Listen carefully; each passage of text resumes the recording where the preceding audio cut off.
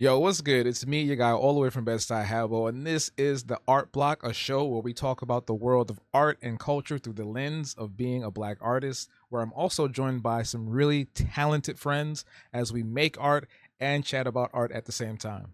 This episode, I'm joined by Morgan Basant, and we're going to be chatting about all the incredible animation that we've seen throughout 2024, as well as some really interesting topics that happen in and around the art world. So stay tuned. It's going to be a good one. It's a Wacom Cintiq or Wacom. How do you pronounce I don't this? know. I was talking to Wacom? somebody the other day and they said Wacom. I say Wacom. I don't know. Wacom. I don't know. Honestly. But I just Okay. found out mine has touch controls and I don't know how to activate them. I have a Cintiq Pro 16 and I've had it for like 2 or 3 Yeah. years. And I'm like, where the touch controls at? Um, yeah, I didn't know that either. Because that's the exact same one I got. And I didn't know they had any touch anything. Yeah, I cuz I just was knew it was looking silent. yeah, cuz I'm looking to basically like upgrade my whole setup. So I'm going to be moving stuff around. I need to check like if I can get like an extra cord for this screen because I'm getting something else that's going to be inside the port or whatever. Complicated tech stuff. But anyway, I was looking on the Wacom site. And I was like, let me see what the specs were for this again because I forgot. And it said touch 4K resolution touch controls. I'm like, where's that at? So I need to figure that out when we get off of here because listen, I love when I had my Surface Pro. I love doing this all day, like zooming in with my fingers and stuff. It was so convenient and easy to just draw, like on a touchscreen tablet. Uh, that sounds like it would be. I mean, you don't have to spend as much time going back and forth with all the little extra keystrokes, but I have no idea how you're supposed to do it. And I never saw that. I don't know. I just was using it. My other one was on its last leg, so I was just like, I'm happy to get whatever. Right. Well, when I figure it out, I'll let you know ASAP, and then Okay. we'll be the best Wacom users ever, the power users. um, but now we're at the end of the year. 2024 is wrapping up, and I'm just really excited to one talk about cartoons and animation, but two just kind of talk about the particular ones that we saw that were really dope. And I was looking up because I sometimes I forget what I've watched, and I was looking at what came out this year. It was a lot of stuff that came out this year, like both for film and TV. Like it was mass. I didn't see a lot of films, but I watched a lot of TV. Did you see any films this year? Film. Let's see. What did we have this year? It's all such a big jumble because I can never remember what's this year and what's last year. Did Spider-Verse come out this year? That was this Mm-mm. year, or that was last I think that year? was last year. Everything is like meshing into everything else. Everything post Uh, pandemic is just a blur. I Everything know that's during the and post problem. pandemic, we're in the time warp now. But So not somebody hit fast forward on time, and this is what we're doing. like, It's all whoa, just wait a minute, hold coincidence. on, I got gray hairs in my beard. Slow down. But no, there was like a bunch of stuff. I didn't see anything in the movies. I saw actually no, I did watch Kung Fu Panda 4 cuz they just put that out on I think it was Amazon. And that was okay. That was okay. I didn't really Oh, care for that. okay. Yeah. I mean, I'm trying. it felt like they were kind of at this point, what's that word? Shoehorning it in or reeling it in or whatever that term is. It just felt like, oh, let's just make another one, make some money real quick, and then go home. That's what it felt Yeah, like. that's about it. Yeah. That's a lot of stuff right now, unfortunately. I did want to see a Wild Robot with Lupita Nyong'o. I haven't seen that, but my friend was telling me about that, so I wanted to see that one too. Yeah. I didn't even know they had a Despicable Me 4. I didn't know like there was so much stuff out this year. Megamind had another thing come out apparently. Megamind versus the Doom Syndicate. Like I didn't even know that was even a thing. First of all, I didn't even know people like Megamind that much in the first place. Oh, really? I thought that Yeah. was like a huge thing. Is it? I used to love that. the first movie that came out, I think they had another sequel or a TV show or something or whatever. But the first movie that came out, I loved that movie. It was so much fun. And I it don't it remember it. kind of got like a cult like following.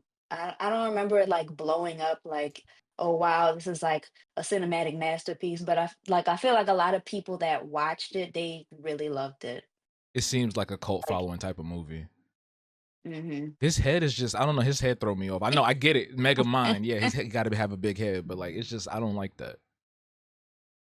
it's a little odd, but everybody in the movie kind of looked like that. They all had like really inflated, over exaggerated heads and big bulging eyeballs, which I guess was kind of like a, you know, sort of standard thing in some of these animated films.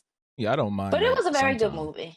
Well, I'm glad Yes. people that. Well, that's the point, right? It's not about me. It's about the world. As long as everybody else was able to enjoy it, that's what's up. As long as people got paid, that's what's up. Cool, good for them. For me, they can keep that big head boy. I don't want him. Oh my god. So you didn't see the first one? No, I did. I just don't remember it. Like when I think I Oh, saw it when I was okay. young, like when it first came out. Did that first come out now? Let's I just don't need find to out. know.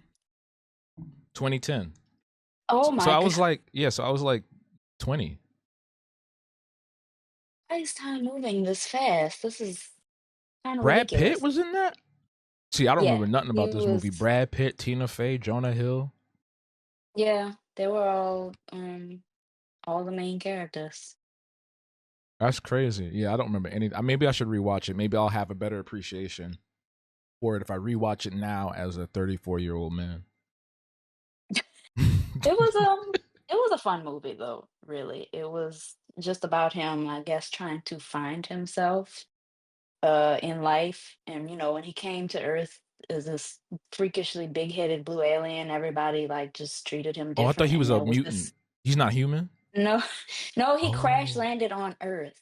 Him and another Superman XB type character who was voiced by Brad Pitt. Oh. And they both crash landed on Earth at the same time, and everybody loved, you know, Superman, but they hated him because he had like a big head and he was blue. Oh, said he And racist. so Okay.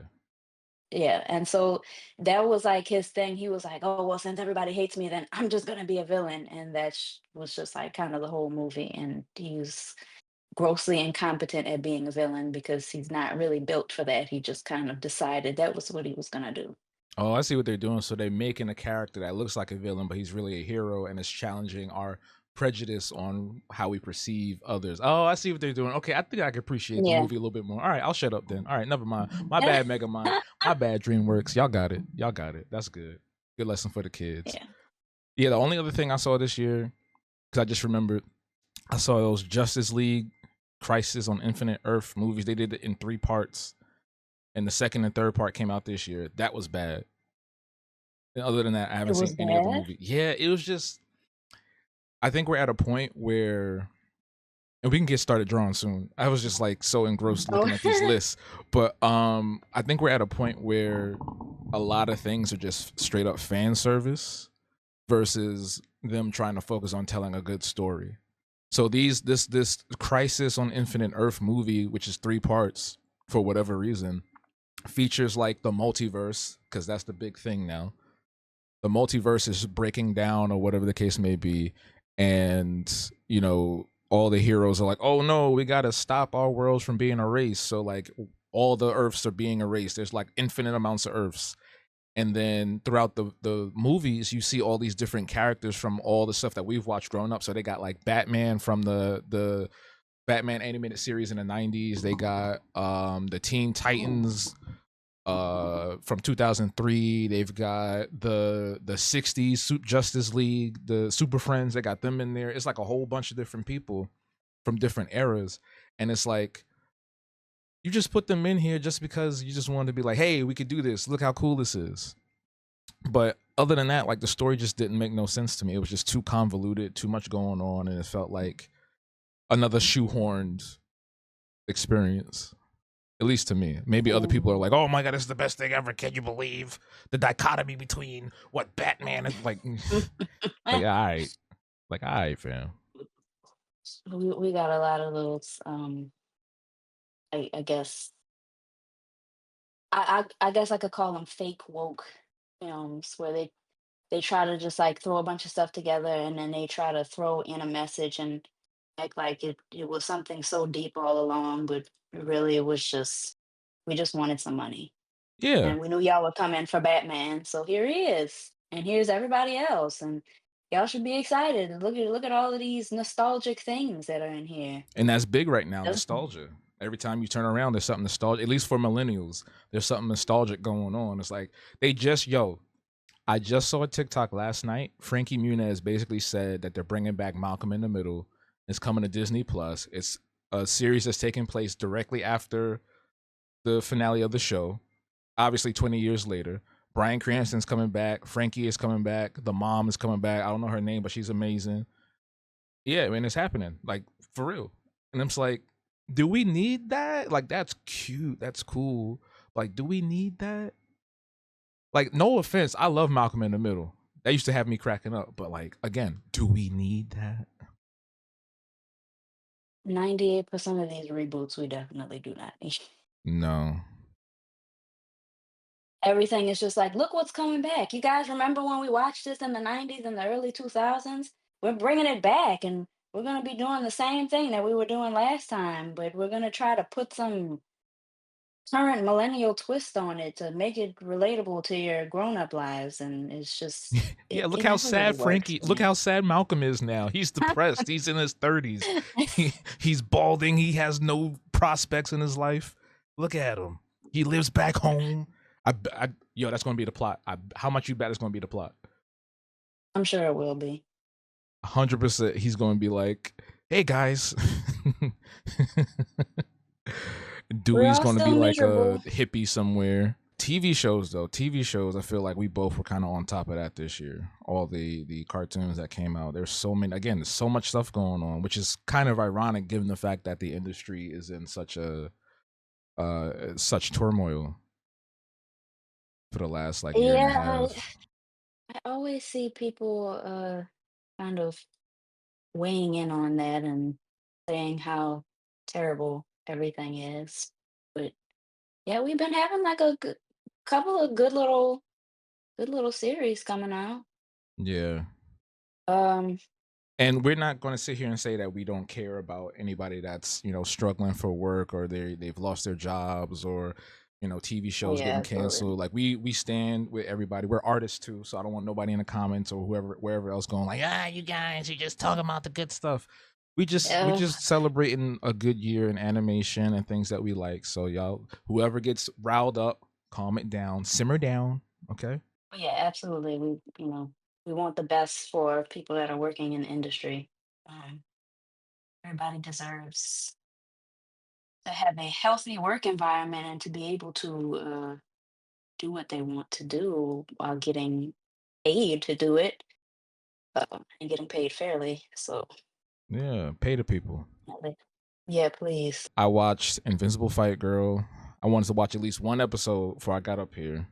And before we start, oops, I didn't mean to do that. Before we got up here, started talking. But I really like it. It's got you can see its influences on its sleeve. Obviously Dragon Ball is there. I think there's a little bit of Ultimate Muscle. There was a show called Ultimate Muscle where all the characters were wrestlers in that show. Yeah, I remember that I one. feel a little Scott Pilgrim in there too. Um, and maybe a little bit of there was something else I was thinking about when I watched it. I can't think of it, but there was something else there. But like it was cool, and I have a feeling that that old lady that was in the ring in the beginning has to be related to her because they look the same. They got the same nose. Not the short old lady that had the psychic powers. The old lady that was in the beginning of the episode. She was fighting the two bears or whatever they were. Well, she was the wrestler. That's what you're talking about? Yeah, her name was like Queso something, cheese Oh, something. Queso Poblano. Yeah, yeah, cheese pepper. It's a strange name, but what do I know about wrestling? But yeah, Yeah, I kind of thought that too. I was like, they look like they are the same person, and I'm sure that was intentional. If not her being related, I guess it's supposed to be like a callback, like, oh, she's gonna follow in her footsteps, sort of thing, and that's why Hmm. she looks like her. But whatever. But yeah, I have gotten pretty much caught up on it so far, and I have really enjoyed it. I like all the anime references, how they have to do all these power ups, and people have these purple auras and stuff around them, and they instant transmission around the ring. And Andy is just a very refreshing character to me. I really enjoy her. She's, you know, she's really determined. She's still a little nerdy. She's all excited about becoming a wrestler, and she's willing to do whatever it takes. And I kind of like the conflict that they had in the first episode where it was like her parents are so excited for her to become an accountant, and she's living on Accountant Island, and she's gonna get this big square blazer from her grandpappy just so she could be the accountant just like grandpappy. And I really like the exchanges between her and her parents. I was like, this is just like this is so unapologetically black, you know. She the way she was like going back and forth, like grandpappy was a square, and the dad was like, people was built different back in grandpappy's day. Yeah, the Happy And, Rolling. They was built different. and it was just, I thought it was all just so fun. Like it was still like it still had the elements of blackness to it. Not to say that, you know, there's only one way for that to be in there, but you know, they had like relatable familial aspects, like, you know, doesn't want to disappoint her parents, the way that they speak to one another. And then just the things with her trying to push and become something that everybody feels that she can't do or she can't be successful at. I always felt that that was always a little relatable, just as an artist. Like people would, you know, tell us growing up, like, you know, you can't really do that and be successful. And there's the whole starving artist trope, and you Sick of know, that. yeah, you're gonna be broke if you do this, and you can't get a job. And it just kind of spoke to me sort of on that level. Like, obviously, I'm not a wrestler. That's not my You thing. not? I But it's thought you just was. But I saw you yeah, I'll out be there thrown one down day. in the ring every The Saturday Raging night. Cajun. Yep. It's Oh Gambit, Lord, not the everybody. Is raging. it's Gambit? Ooh, I'm about to make a name for myself here. Oh, she said it. Everybody pay up. Uh, but yeah, I thought it was a very interesting premise, and even though I can't relate to the wrestling aspect of it, I felt that I can still relate to the fact that you know, we all kind of have goals that we want to push through, and there's sometimes things that people might have doubts about, or they might kind of try to cut you down or tell you that you can't do it or it's not achievable. But you know, you always want to push forward, and you always want to go forward with your goals. And of course, we also see that in anime a lot, which we're going to push past our limits, and we're going to use the power of friendship, and we're going to do this, and we're going to use the spirit bomb, Gotta and we're going to stop believe. this madman and galactic terrorist from blowing up the universe, and you know, whatever. And I always thought that that was really fun. Of course, being a big fan of anime and being inspired by all that stuff growing up. Of course, most of us watched Dragon Ball Z when we were little, and that was always a source of inspiration for me personally. So I really enjoyed that one, and I really hope to see its success. I really hope that, you know, it gets um, all the episodes and time that it needs to kind of flesh out and move forward, and that the showrunner can tell the story that he wants to tell. Oh, it's a guy. Yeah. Oh, who is it? What is that man's name? Is it somebody we I keep go- know? Not personally, but it's like somebody that's done TV before. Yeah, he did. I think he did some writing on the DC Superhero Girl show. Okay. Let me see. What is this man's name? Because I can't remember. I don't know that man. Sorry to this man. Let's see. Uh, Justin Gordon Montgomery. Yeah, I don't know that man. Sorry to this man for real. I don't know. But shout out to him. Nah, cause like what I love about the show so far is that it doesn't feel corny, because you know sometimes when you have shows like this, it's a little bit like hokey. So I think it's because it's on Adult Swim that's a Mhm. little bit more edgy in a sense where it's like it's not trying to be super like, hey everybody, hoo-hoo, friends, you know, which to some degree that's Yeah. fine in some places like Sesame Street or whatever. But in a show like this, with this art style, it's definitely, I think, doing something really nice, or rather nuanced, where in a lot of those, like, what do they call them in the Japanese world? Shoujo, is that it? What It's, what's that one? I think it means like, What should so there's different names. I know in Japanese animation there's different names for like the types of shows they make. So there's like shoujo, which is like little kid fighting big odds, like Naruto, Goku, and stuff like that. So like Oh, you're thinking of shonen. Sean. Oh, my bad. See, I don't even be see. Take y'all Yeah. already caught me. Y'all caught me. Y'all got me. But yeah, with those shonen shows, you typically don't see, first of all, a girl in the lead, which is cool. And I like the fact that it's not taking itself too seriously. It's like very goofy. Where in like those other shonen shows, it's like the fate of the village is on my back, and I have to stop Mhm. everything. And then if I don't, everyone's gonna think I'm a loser. But I'm 12 years old. Like it's a lot. But I love the art style. I love the animation. I love the family dynamic, because you also don't see a lot of full black families sometimes. Usually you see like a kid and a dad or a kid and the mom, but never both of them at the same time, which is really fun. I also like, this is a pet peeve of mine, and I might be the only one on this island, but I hate when people draw or color the black characters with the realistic palm, like the light Oh, color. really? I hate that so much. So I'm glad that this show doesn't do that. For me, it just looks weird That's to my me. No favorite offense. thing to do. Hey, yeah, I know that's why I'm trying to say it nicely. Like, no offense to the people that do it. No, Morgan, I I love mean your I art. get it. It's just for me personally, when I see like certain, especially when certain people do it, it's like really bad where they don't have the correct palette on it. But Yeah, yeah. I get that though. And then I think oh shucks. I keep forgetting I can't erase like the way I do like in real life. But Would you put the pen upside I down? I did. Um Wait, yours should do that.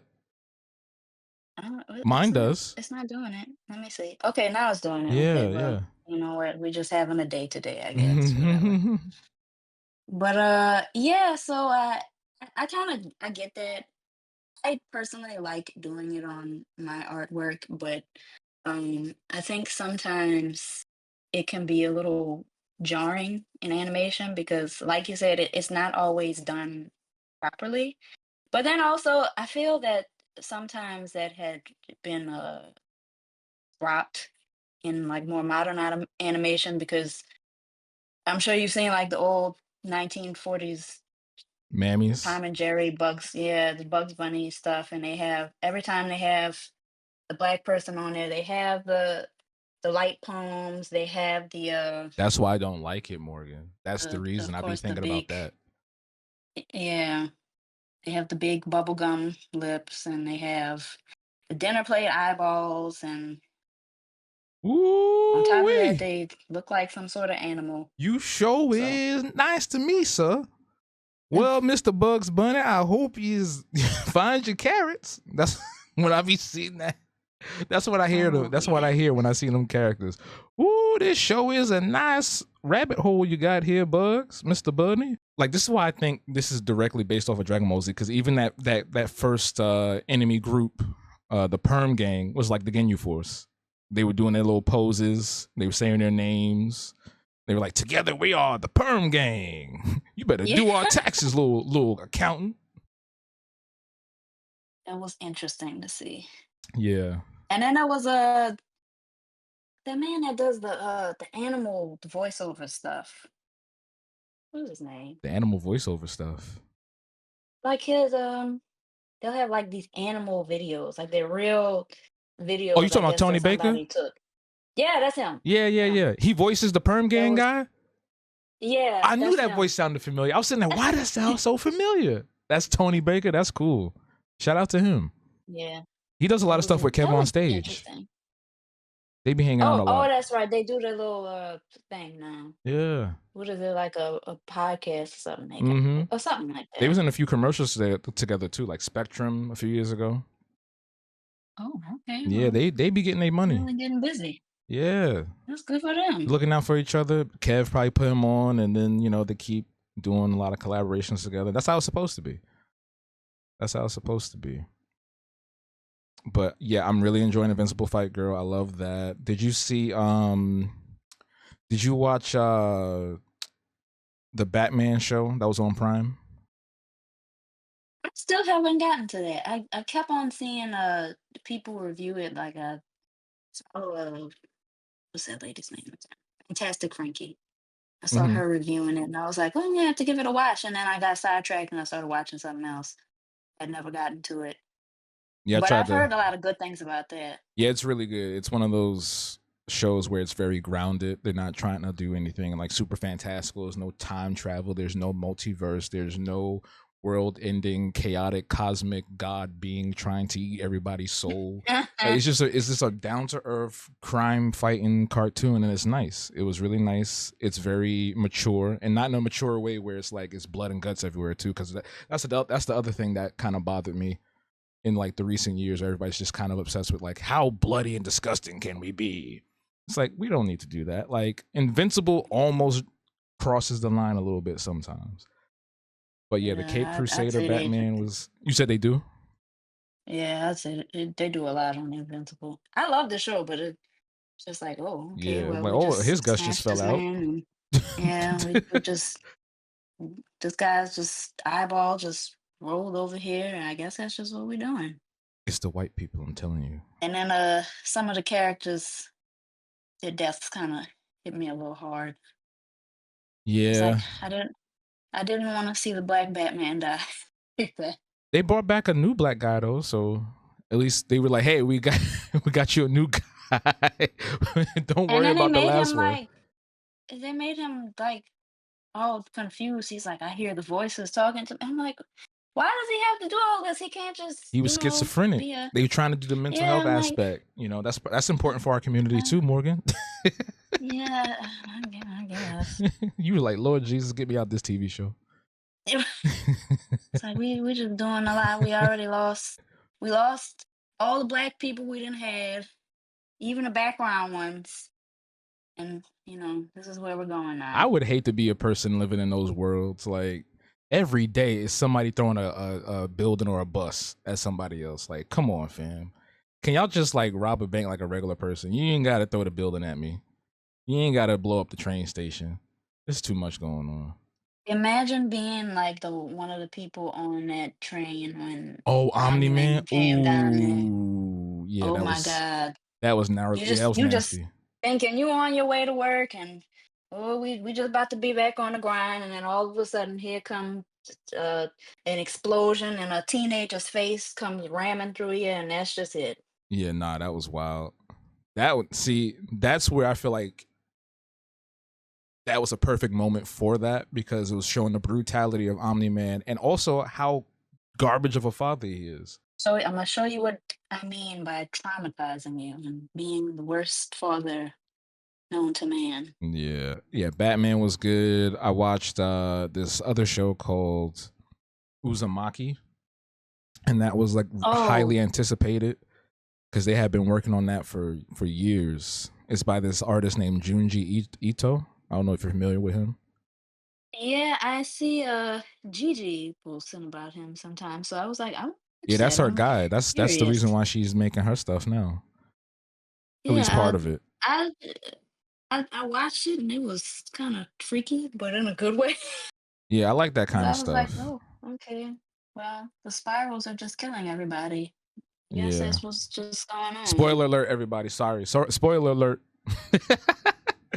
Oh But no, yeah, sorry. no, it's all good. I mean, everybody's probably either seen it by now or don't care. But yeah, I watched that and it was pretty cool. I binged it because it was by the time I watched it, all the episodes were out, so I was able to binge it.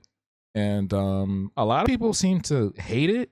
Apparently, there was like a lot of outrage online people saying it was trash or whatever the case may be. But I thought it was cool because even despite some of the obvious budget cuts they had during production, because like one episode it was like the animation was top tier, like everything looked really smooth and detailed and everything. And then one episode you had like it looked like they said we giving you $12 to animate this run sequence, and then it just looks Oh so flat. yeah, I saw And that. it's Yeah. like, okay, I mean, I'm not going to be foaming at the mouth, but I can see why people are angry. But I enjoyed the story overall. It was very interesting. It was different. It was unique. It gave us something that we don't normally see on broadcast TV, like a surrealistic horror show, animated, that has really great music by this artist named Colin Stetson, who did music for Hereditary. But I liked it. It made me interested in looking up what the comic was like, and also wanted to look up to see his other work. So I think they did their job with that. Yeah, I'd say that that's pretty successful. I definitely still want to look into it. I started watching a couple episodes, and it was definitely interesting. Yeah. It was kind of freaking me out, but I mean, I guess If that's what it's supposed to do. it's not freaking you out, it's not doing its job. That's how I see. That's how I see horror. If horror is not making you feel uncomfortable, then it's not really horror. Like I don't want to be sitting Yeah, watching a movie. I'm just like, oh, ha ha ha! Look at them. It's so stupid. Did you see? I'm about to run through the list. Did you see? Everybody Still Hates Chris. no, I didn't watch that one. What? I would have thought that out of all the people, you would have been the first person to watch that.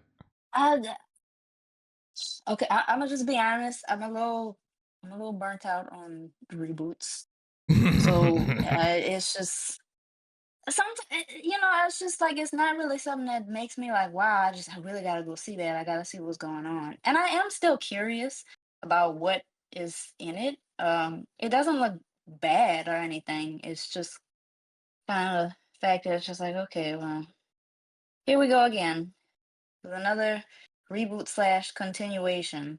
See, I'm part of the Um, problem because I never saw the original, so I was like, let me just watch this oh, anyway. So I'm contributing to the reboots because I didn't see the original. It's oh okay. well, It's I mean it's that makes cool. sense. It's cool. I mean, as someone who's never watched the original show, I think it's funny. I think it does a pretty good job at staying like I know the archetypes of the characters. Like Julius is the tightwad. He works a lot. Rochelle, she's always saying my man got two jobs. Like I know like the little different memes that came out of the show. So as far as that is concerned, it's pretty accurate to them. They step outside of the realm of realism because it's a cartoon, so they do a lot more than what they could have done during the live action show. At least from the little I know of the live action show. And It it's actually makes sense for them. um, I'm sorry, no, I'm no, gonna you cut go you ahead. off. You go ahead. No, I was just saying that makes sense for them because I know you said you didn't watch the original, but they did kind of push the envelope and do a lot of very silly stuff all the time, like a bunch of just like unrealistic things. And obviously there is some limits to live action, but I felt like some ways they kind of made it work. Like they had a little bit where Chris said something like he said that if I ever did this, my mama said she'll slap me into another nationality. And then they showed like the clip of her smacking him, and then he turns into an Asian kid. Yeah, I saw And that. it was just like I felt like the animation would kind of lean itself to some of them little visual gags, like a little better. Yeah. I mean, I think that they did it well in the show, you know, based on the medium that they had and the limitations that they had. But I think that this probably made the most sense to move to an animated show just because of that. Like, I felt like they could probably lean more into like some of the silly stuff a little easier. Yeah, absolutely. It's definitely a silly show. Like it does not take it so seriously at all. And there's always something weird happening. Like they had there was one sequence where they were doing like Halloween episode, and they had some ghosts come out the wall because Was this character in? Let me ask you. Was this character in the original show? It's a man who runs a funeral home. He lives upstairs from them. Okay, Yeah, so yeah, yes. so he every week or every episode he's sleeping with somebody's wife or whatever. And then on one Yes, and episode during the Halloween episode, the girl, the sister and the oldest boy, they were scared because they thought they were home alone for the first time on Halloween, and they were scared because they started hearing ghosts or whatever. So they go upstairs to Mr. So and So house, and he's like, I ain't make no noises or whatever." And then you see all the ex-husbands, the dead ex-husbands of all the wives come out the walls trying to get him. I was like, all oh my right, god. this is silly. But it's cool. The art style is interesting though, because it feels similar to what we've seen before, like with your Star Trek Below Deck or Final Space. Even a little bit of maybe of a Rick and Morty influence there, but I can see them kind of deviate from it a little bit, but it still feels there's some aspects of it that feels like very generic and flat. Like Julius, his shoes are so cartoonishly big. It just throws me off when he's in a scene and they show his full body. Like I hate it. But other than that, I do enjoy some of the designs on the show. I haven't seen a lot of people complain though. Like when I made my video about it, a lot of people were actually excited to see this new iteration. So I don't know. I think probably because some of the old cast members were coming back, and it seemed like it just sort of fit the flow of the first series, Mm-hmm. and I think that was probably reassuring coming off the tales of Hood Times. Mm-hmm. So Wait, I just caught Hood Times is crazy. yeah, but of course everybody was outraged about that one, and you just ruined the legacy of the show, and It was you did terrible. this and that, and yeah, that's what I seen a couple reviews. Of course, I've seen yours. Um, but yeah, I remember just it was everybody was just kind of falling to pieces about that one, and I think that when they kind of saw, or I guess when some people saw that some of the original people were coming back, and they saw some of the clips, and they saw it was going to be similar to the original show, then it was probably a safer bet that this one wouldn't be such a horrible dumpster fire of a reboot situation. Yeah. Also, Chris was on it. So it was less likely for it to be garbage versus Good Times where they didn't invite nobody back to Yeah, I be a part saw of a the lot new of that. reboot. Like JJ and Walona? Whoever the sister was, they had an interview with both of them separately where basically they said they didn't even invite them to come on. Like to do like an Yeah, I actual think I full saw that. character. There was like a small role that she had, but she played like for 2 seconds. If you blink, you would miss it. But other than that, they didn't have them come on to consult about the characters or anything. So it was just Seth Rogen, Seth MacFarlane, and whatever other white person just like, yeah, let's do whatever we fucking want with this black show. Who cares? I remember seeing that Latina lady was at the helm of the show. Yes. I don't remember her name, but uh, that was like another huge point of contention because I was reading some of them articles and she kept on saying, I know what I'm doing because I'm from the south side of Chicago. And I was like, I don't think that means that you know what you're doing. Yeah. This looks like it's kind of a mess, but I know people that grew up in the projects okay. that dress up like Goku for lunchtime and run around like Naruto. Like, what that mean?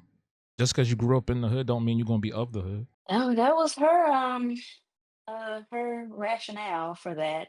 Like, well, we had other black people on staff, but they didn't grow up in the south side of Chicago, so I had that experience. And I was just like, I don't like the way you saying this.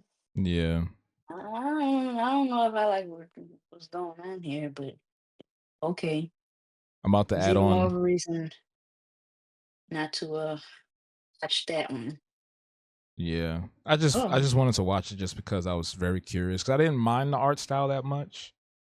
I thought it was very unique because it doesn't look like anything else we've seen.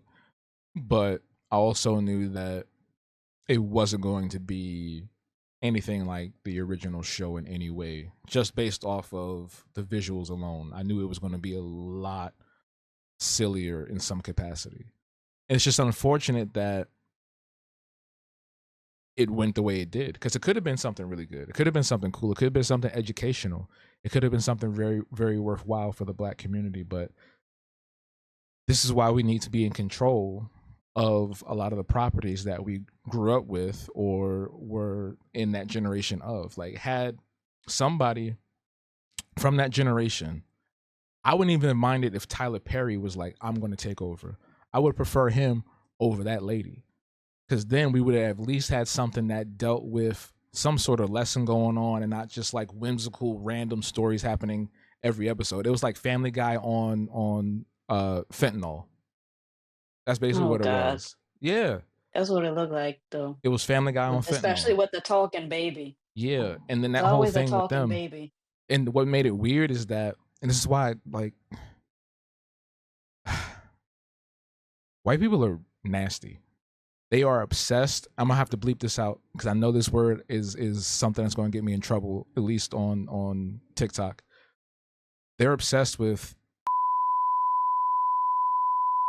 Rick and Morty has that. I played a video game where there was a and you don't even know the story was part of that until the end. Like, I played this game called 12 Minutes. It was like a game with James McAvoy, who played Professor X, Willem Dafoe, and what's her name? Was it Daisy Ridley?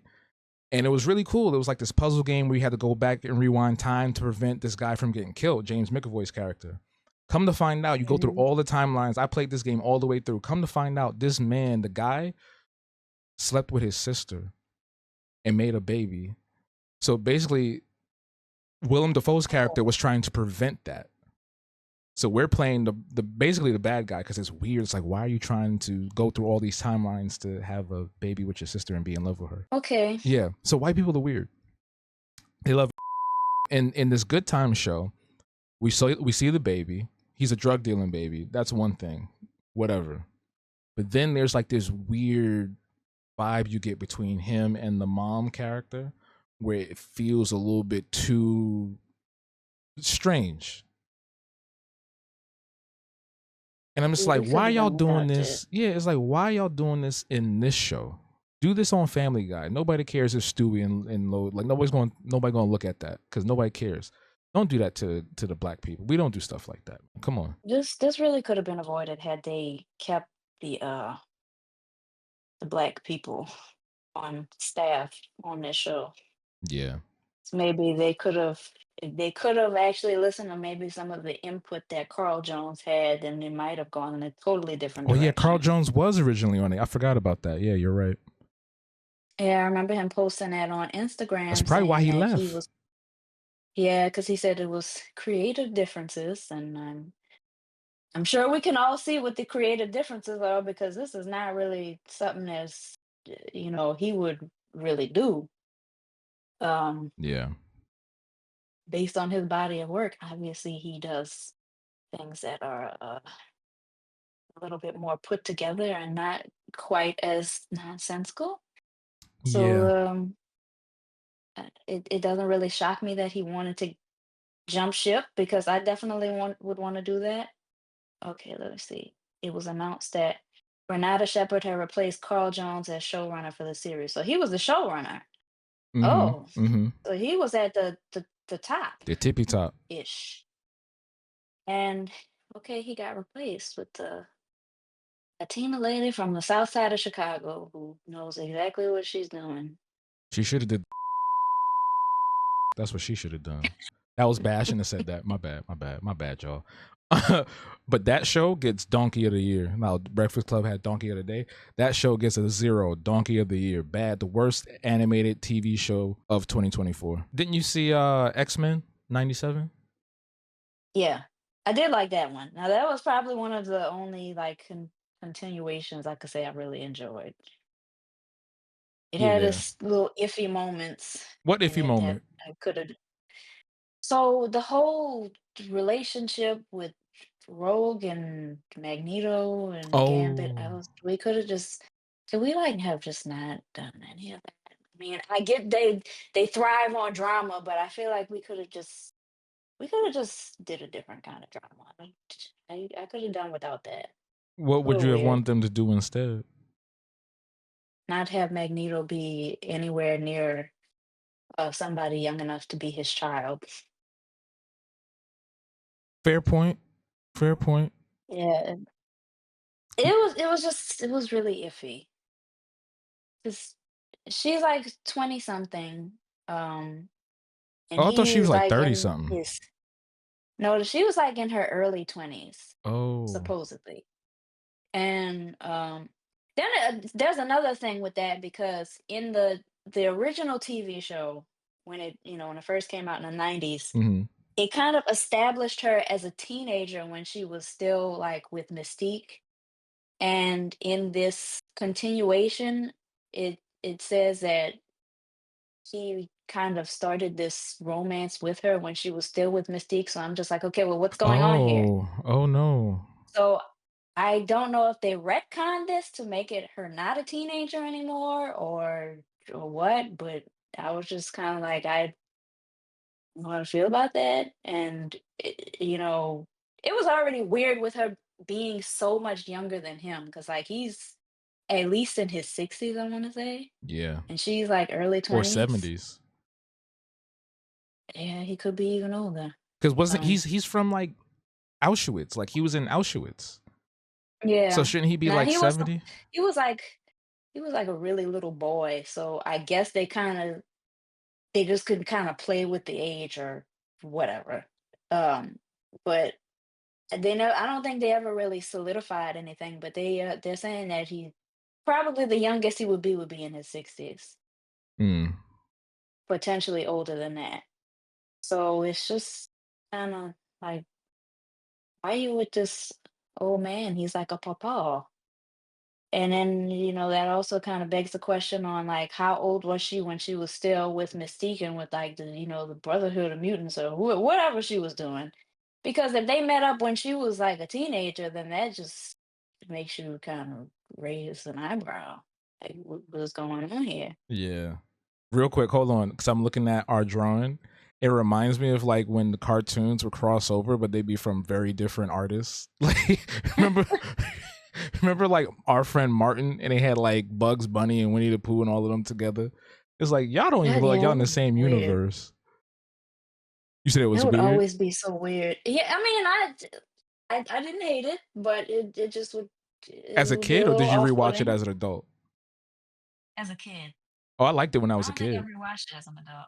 I mean, I would not dislike it, but I would be kind of confused. Like, you look like you're realistic, but the other one looks like he just stepped off a piece of paper.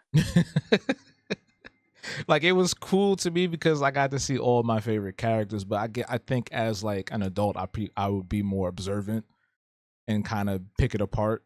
But you were probably more advanced as a kid because you talking about he stepped off the paper. I don't like the way he sequenced in this. It's like okay, I just I don't I was just always really picky as a little kid. So if I noticed one little thing that I thought was off and I was gonna be bothered by it.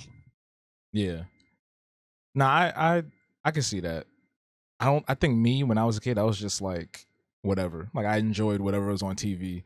There were things that like scared me, but like I don't think I ever refrained from watching any particular cartoon growing up. I'm just trying to think of like the most like outrageous thing. There were some things I just didn't see a lot of, like Ren and Stimpy. I knew it existed, but I just never had the chance to sit down and watch it as a child. But everything else, Ooh. I felt like I was pretty much everywhere. Like I was all over the place. Nickelodeon, Disney, Fox Family, ABC, NBC, them little random cartoons on little random ass networks you would have growing up, PBS, all of that. I was all over the place.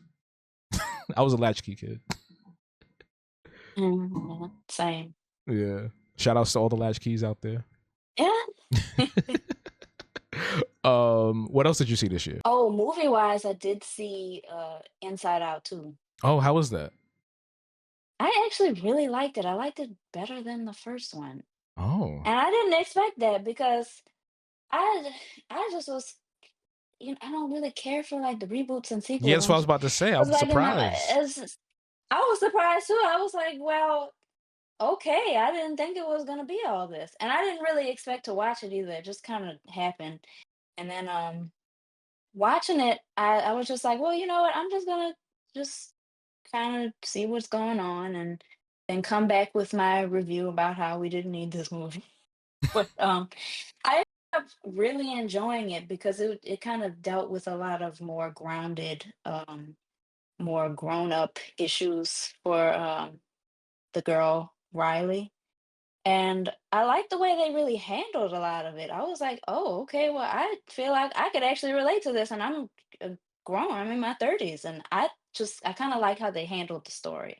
So I ended up really enjoying that one, and I was kind of shocked because I never really expect much from a lot of these sequels. They just seem like they kind of just like doing the same thing over and over again, and it's just like, well, everybody liked the first one, so let's just do it again. But I think this one kind of handled it really well. They introduced new emotions. Like the biggest problem emotion that they introduced was anxiety, Of course. and All right, so this yeah, movie was made it's for and I millennials. This mean, wasn't for teenage girls. This is for yeah. millennials. As soon as you said that, Yeah, I mean, yeah.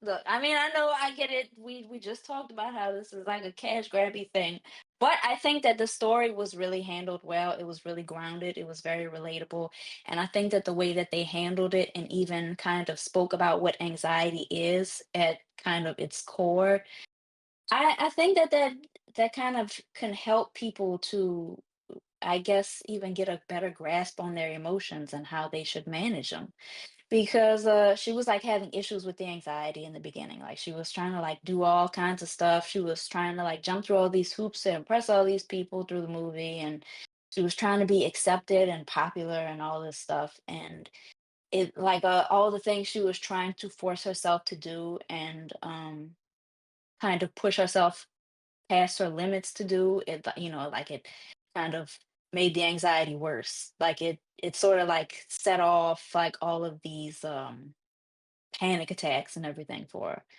And in the end, she kind of had to learn how to just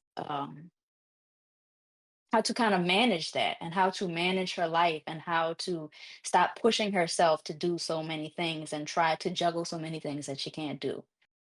And I really like that. I think that the way that they kind of discussed it, they made it clear that anxiety is something that you need to a degree, because you have to know when you're supposed to like I guess I want to say like you want to know when you're supposed to push yourself to like meet some deadlines, or you're supposed to use it to sort of manage yourself and sort of keep you in check so that you don't, kind of fall back, and you can't reach any goals or anything of that sort. But it kind of spoke about how you can let it get out of control by sort of letting it run your life, and also forcing yourself to kind of go past limits, and kind of push towards goals that are like impossible. Like she was trying to like make sure she was I guess meeting all these requirements for her little hockey team, and she was doing like way too much. Like she would be getting up like way too early in the morning to try to do like these drills because she wanted to make sure she passed, and then she had to make sure she was doing all these other things. And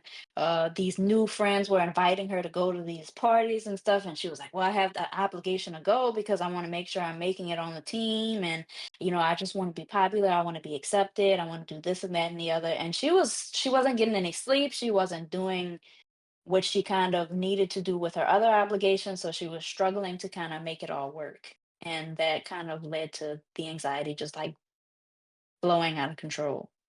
damn, So I Morgan, liked it. Yeah, I thought it no, was a you good didn't like that movie. movie. You loved that movie. You just went in. I did. I That was really an in depth review. That movie really resonated with you because yeah, now I want to watch it when I restart my Disney yeah, Plus it was membership. that's what I'm saying. It was better than the first one to me. And I thought that the first one was a very solid Did movie. they top the Bing Bong But scene? Because that was like that was hard for me. I personally think that they did because of just how they kind of centering around her trying to live her life and kind of trying to move forward and be more grown up. And she was just struggling with all that. And then she kind of had like these times where she felt like she was falling apart and she just couldn't do it all. And she felt like she was just so awful and so terrible and, whatever. And she kind of had to overcome all of these feelings that she had, and she had to learn how to work past them. So she ended up getting to the point where all she felt was inadequacy because she was like feeling so anxious about everything. And she had to learn how to move past that. And she had to learn how to regulate her anxiety so that she could, live a normal life without having a mental breakdown every 5 minutes. Damn, So this I hitting too really liked close it. to home. Hold on. This movie was made for millennials, I'm telling you. So where would you rank this out of Yeah. all the Disney Pixar sequels? This is Disney Pixar, right? Yeah. Okay, so I out of can't all the think of another sequels, one that I liked as much. This would be the oh, top one for me. I better than Toy Story what 3? other sequel? You know what? They might be about what and what. Because Toy Story 3 was hard. I like 4 too, but Toy Story 3 was hard. I like that one. I did. Oh, that's right. I do remember. That one was a really good one. They might be about what and what. Okay. A lot of cartoons are getting kicked off of Max. And Sesame Yeah, I Street is saw also getting that. kicked off of Max. I don't know Oh, where they're going, but at this point, there's no real legal way to watch anything that you wanted to, like Dexter's Lab or Foster's Home or whoever else, because they're getting removed off the app and they don't print any more DVDs. They're not planning to. And as far as I know, that was supposed to be the place where all the Cartoon Network shows were supposed to go. That's why they got rid of CartoonNetwork.com. So it's like, if you're getting rid of CartoonNetwork.com, but then you're kicking Billy and Mandy and the rest of them off of Max, then what do you want people to do legally? That's just going to drive people to pirate, and then you're going to create this stricter policy on things that's going to make people not even want to purchase anything at all. You're defeating. You're creating this environment where you're forcing people to do illegal things to watch cartoons. Like, how crazy does that sound? I wonder if if are they thinking about this? Or are they taking this No. into consideration, or they're just throwing ideas at the wall? Like, David hey, y'all, Zaslav don't let's care. just let's just do whatever.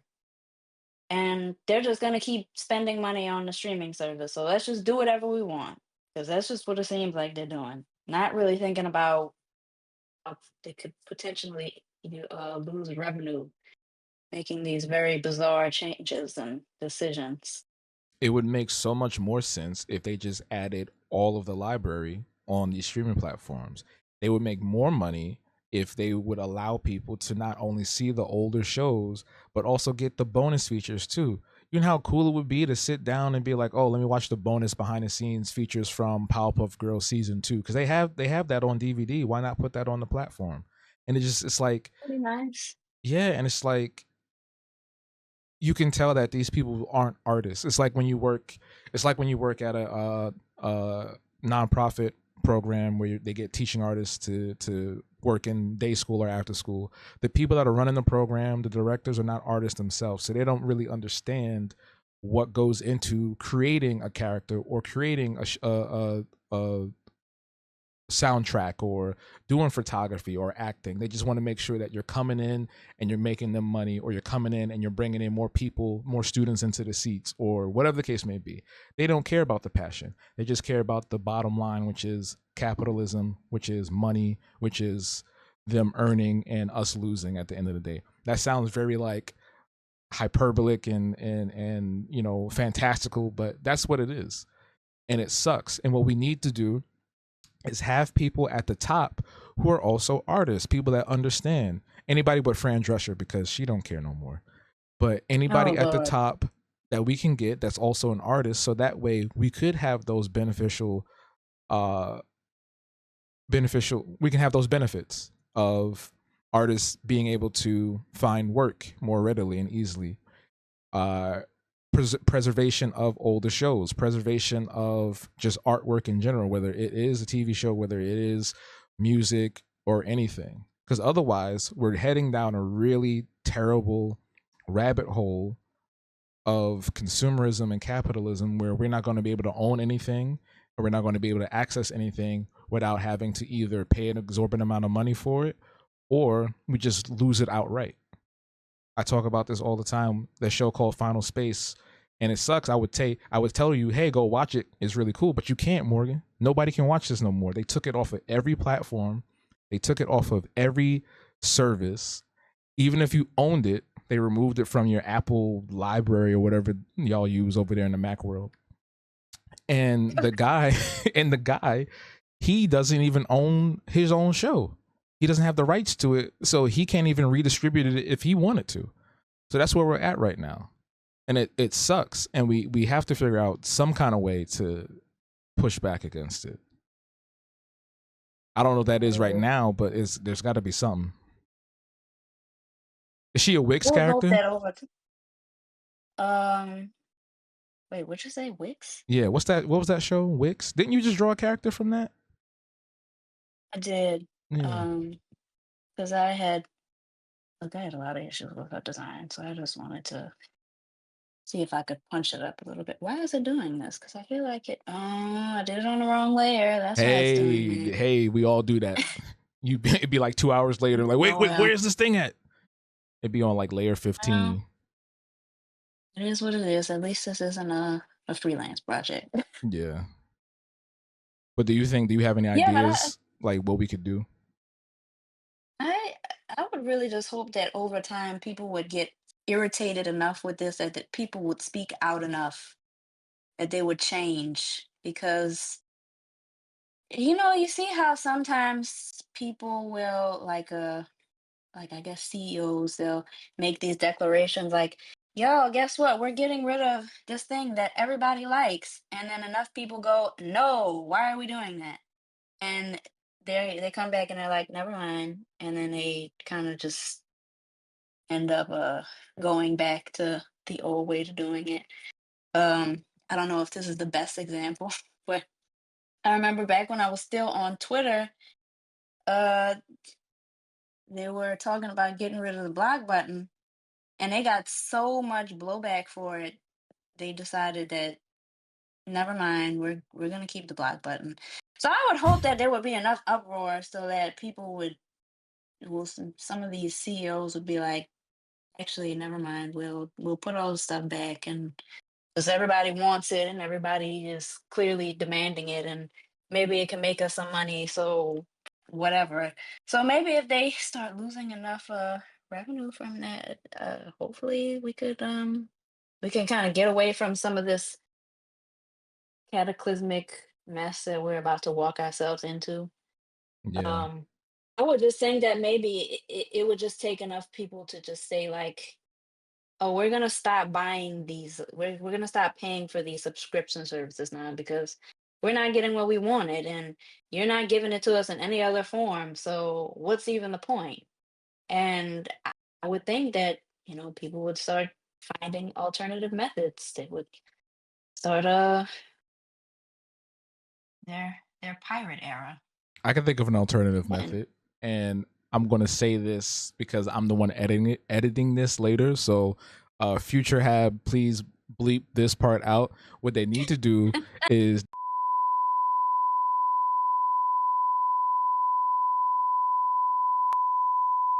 That's a good idea. Call Luigi.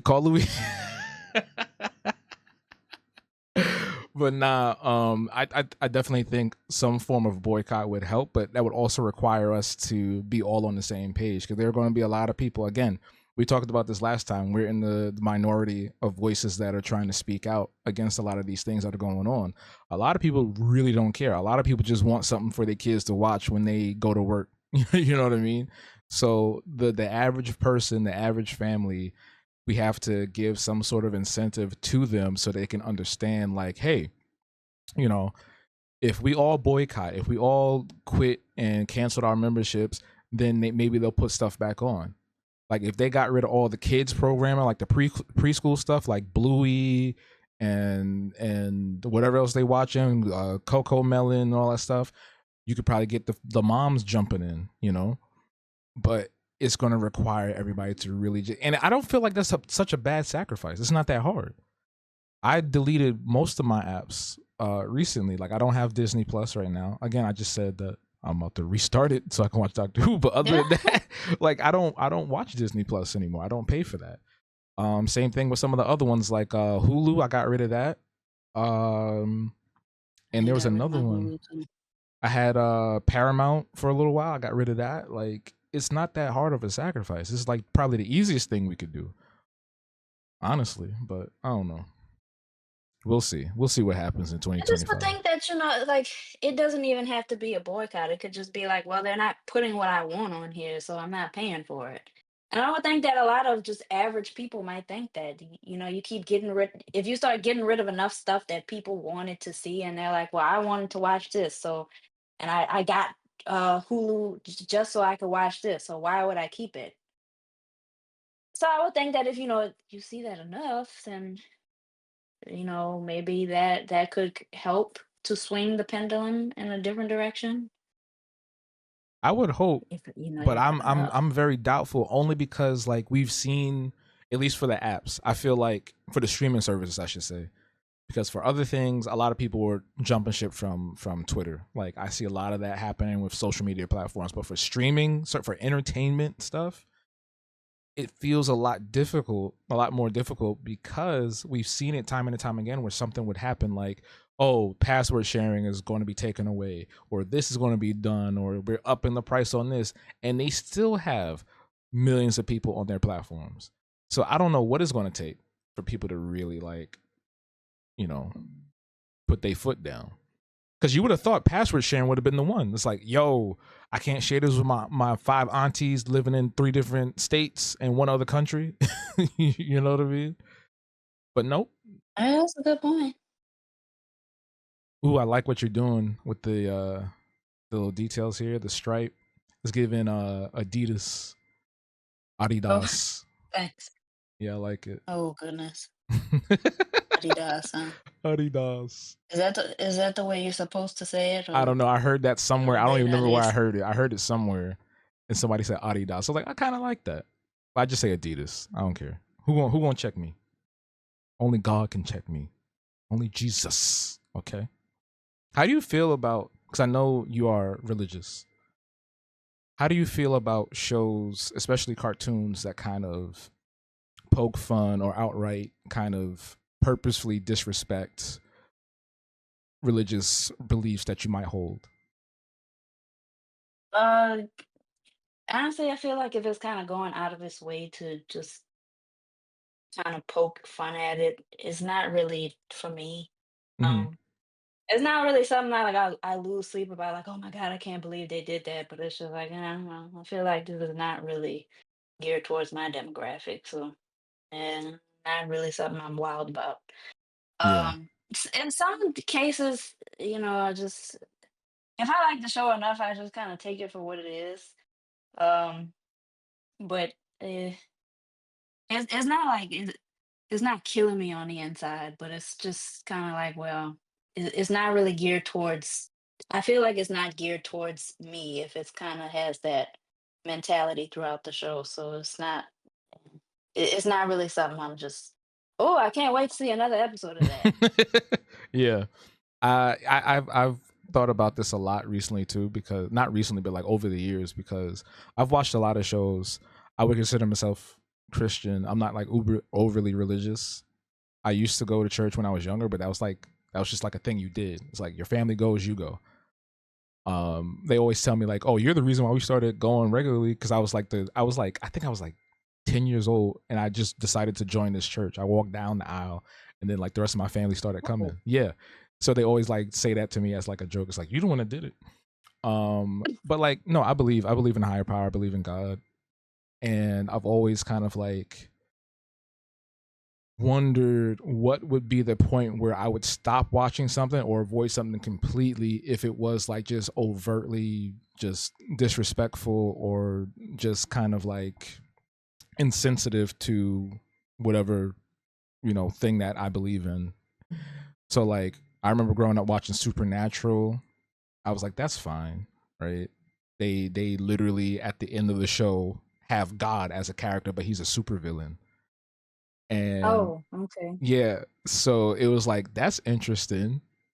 It didn't bother me because I thought it was just like first at that point, Supernatural was just flying off the rails anyway, so it didn't even really matter. I was like, all right, let's just wrap it up. We had the last Flying season. off the rails. Yeah, after like season 5, it went for 15 seasons. After season 5, it just kind of fell off. I stuck all the way through. I stuck beside it. Boy. I stick beside him. Rick and Morty gets pretty egregious sometimes with it, but they're a pretty egregious show to begin with. South Park, same thing. I remember them in the very beginning. They had a lot of like Jesus versus Satan bits on the show. But generally, I haven't seen anything that's like really been like, I can't watch this. This is. I'm gonna write you a well thought out letter. You know, I'm canceling this show. I don't think I've ever gotten to that point. If I feel like it's, if it's a little too offensive, I'm like, well, I'll go watch something else. But I never really gotten to the point where like, oh my gosh, this is just terrible.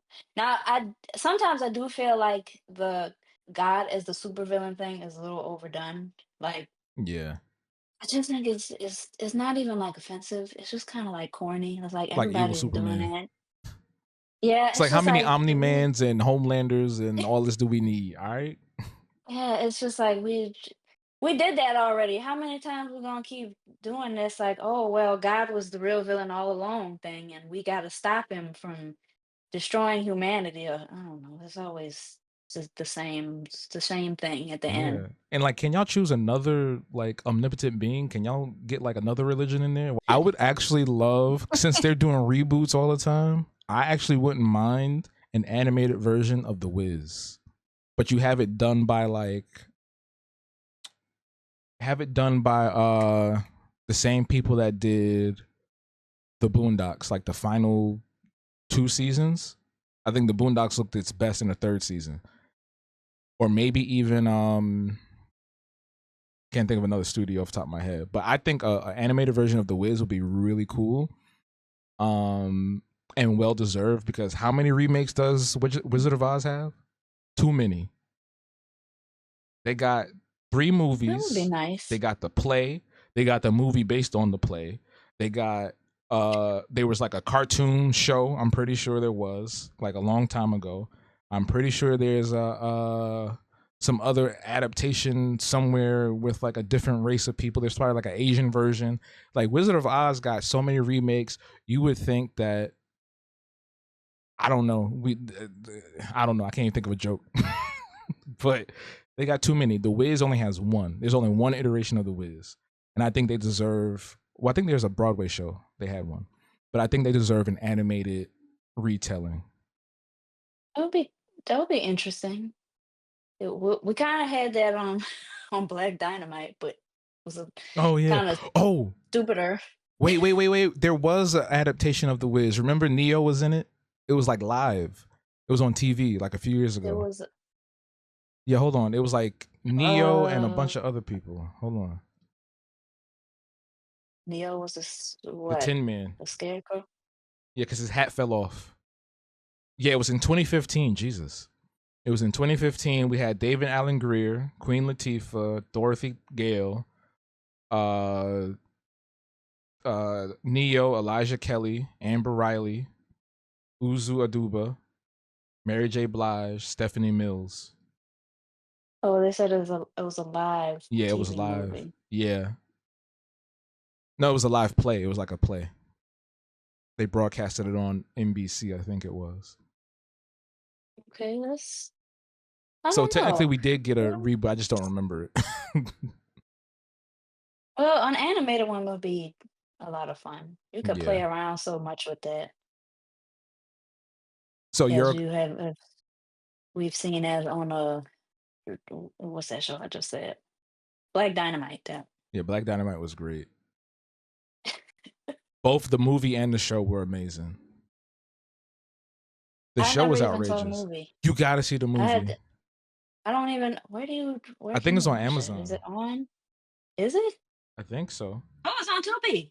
Oh, it's on Okay. Tubi. Okay, that makes more sense. Oh, it's on streaming UPN. Black Dynamite has so many quotables. It's insane. I watched that movie so much it came out when I was 19. I watched that movie so much. It's insane. They got a new movie out now called Outlaw Johnny Black. It came out last year. That I want to see soon too. That's on Amazon. Same cast and everything. Yeah, but Black Dynamite was probably the best cartoon we had during that time period. I think that was like I wouldn't even call it the Boondocks Light, but it was like our companion to the Boondocks in a way. Like the sillier little cousin to the Boondocks. Because it Yeah. definitely wasn't trying to teach anything necessarily, but there were lessons to be had from certain things that happened in the show, for sure. Now I want to watch this. This is supposed to be my Christmas time. You got me wanting to watch Black Dynamite during Christmas time. They got a Christmas episode? They The do, OJ yeah. Simpson episode. Yeah, they sure do. Remember? Wait. Ah, I threw that rock before I left the moon. So what's another show or film from like back in the day? Nothing too current. Let's say like from the 70s to the 90s. What would you think deserves another, not another reboot, but what would you think would deserve like an animated Okay. reboot? That's kind of hard for me to think of because like we don't need a whole lot of them. I know, that's why I asked you, because I know you hate them. Because I want to challenge you. oh gosh, I want to challenge challenge you. me to be more open minded and think about what we could have a reboot of, huh? Yes, my sister, Um, because the problem is the white man has reboots out the wazoo. And what do we have? Good times? You see, this is why we need to catch up. um, maybe like the Fresh Prince of Bel Air probably would do pretty good animated because it was already so goofy. And then it I would know be it already easier to have has people come humor. back, Yeah. because Um, when you do reboots with live action, it's like all these people are old. They can't move as fast as they used to. They can't do certain things. I don't want to see old Jeffrey walking around. But if you do an animated version, anybody can be lively in their voice. So I would definitely be down for Fresh Prince or Fresh Prince reboot. They did one we of could get Family the Matters. first Aunt Viv back. The, Oh, the what? yeah. If she wants to, because she kind of, I think she hates them. They're like beefing still, I think, right? So Janet. they reconciled. Oh, they I did? want to say last year. Yeah, they just had a reunion or something on Max, and Oh, she that's came right. back Yeah. for it, and he apologized to her because all of that stuff was. Did you hear the story about why she ended up getting essentially cut out of the show? No, all I know is that they were beefing and they replaced her. So essentially, what happened was, I think at the time, Will wanted the show to focus more on him and people to focus more on him in general. And apparently, like a lot of the direction that the show that it was being taken in that would like focus on other family members, he didn't really particularly care for that. And they actually had to fight for that dance episode, the one that everybody loves and remembers, where she's taking that dance class and she does all that stuff. Um, but also they had like some issues like on set where like she was having like personal issues. I think she was having a rough divorce and she was having like some stuff going on in her home life, and so like stuff would happen where Will would like crack a joke or something, and I guess everybody was expected to laugh and she wouldn't, because when you're horribly depressed you're not really thinking about laughing at jokes, so she wouldn't really, I guess, participate in having fun with the rest of the cast members, which got interpreted as she wasn't a team player, and then it ended up being saying that she was difficult to work with. And I think what ultimately happened was when she tried to renew her contract, they gave her like this lowball offer. And she, she needed more than that because I think it was only like $10,000 and Per let me episode? like I don't I don't know if it was per episode or not. I didn't see a lot of details on it when I was reading up on it, so I didn't really get the specifics. But she was saying like it wasn't enough, and even her agent told her to pass up on it because it just wasn't enough. And I think that she also wasn't allowed to work with other networks for like the entirety of the year. So there was her agent was saying like, don't take that. They're gonna come back with something else because I guess they figured like, well, they need you because you're a part of the ensemble cast.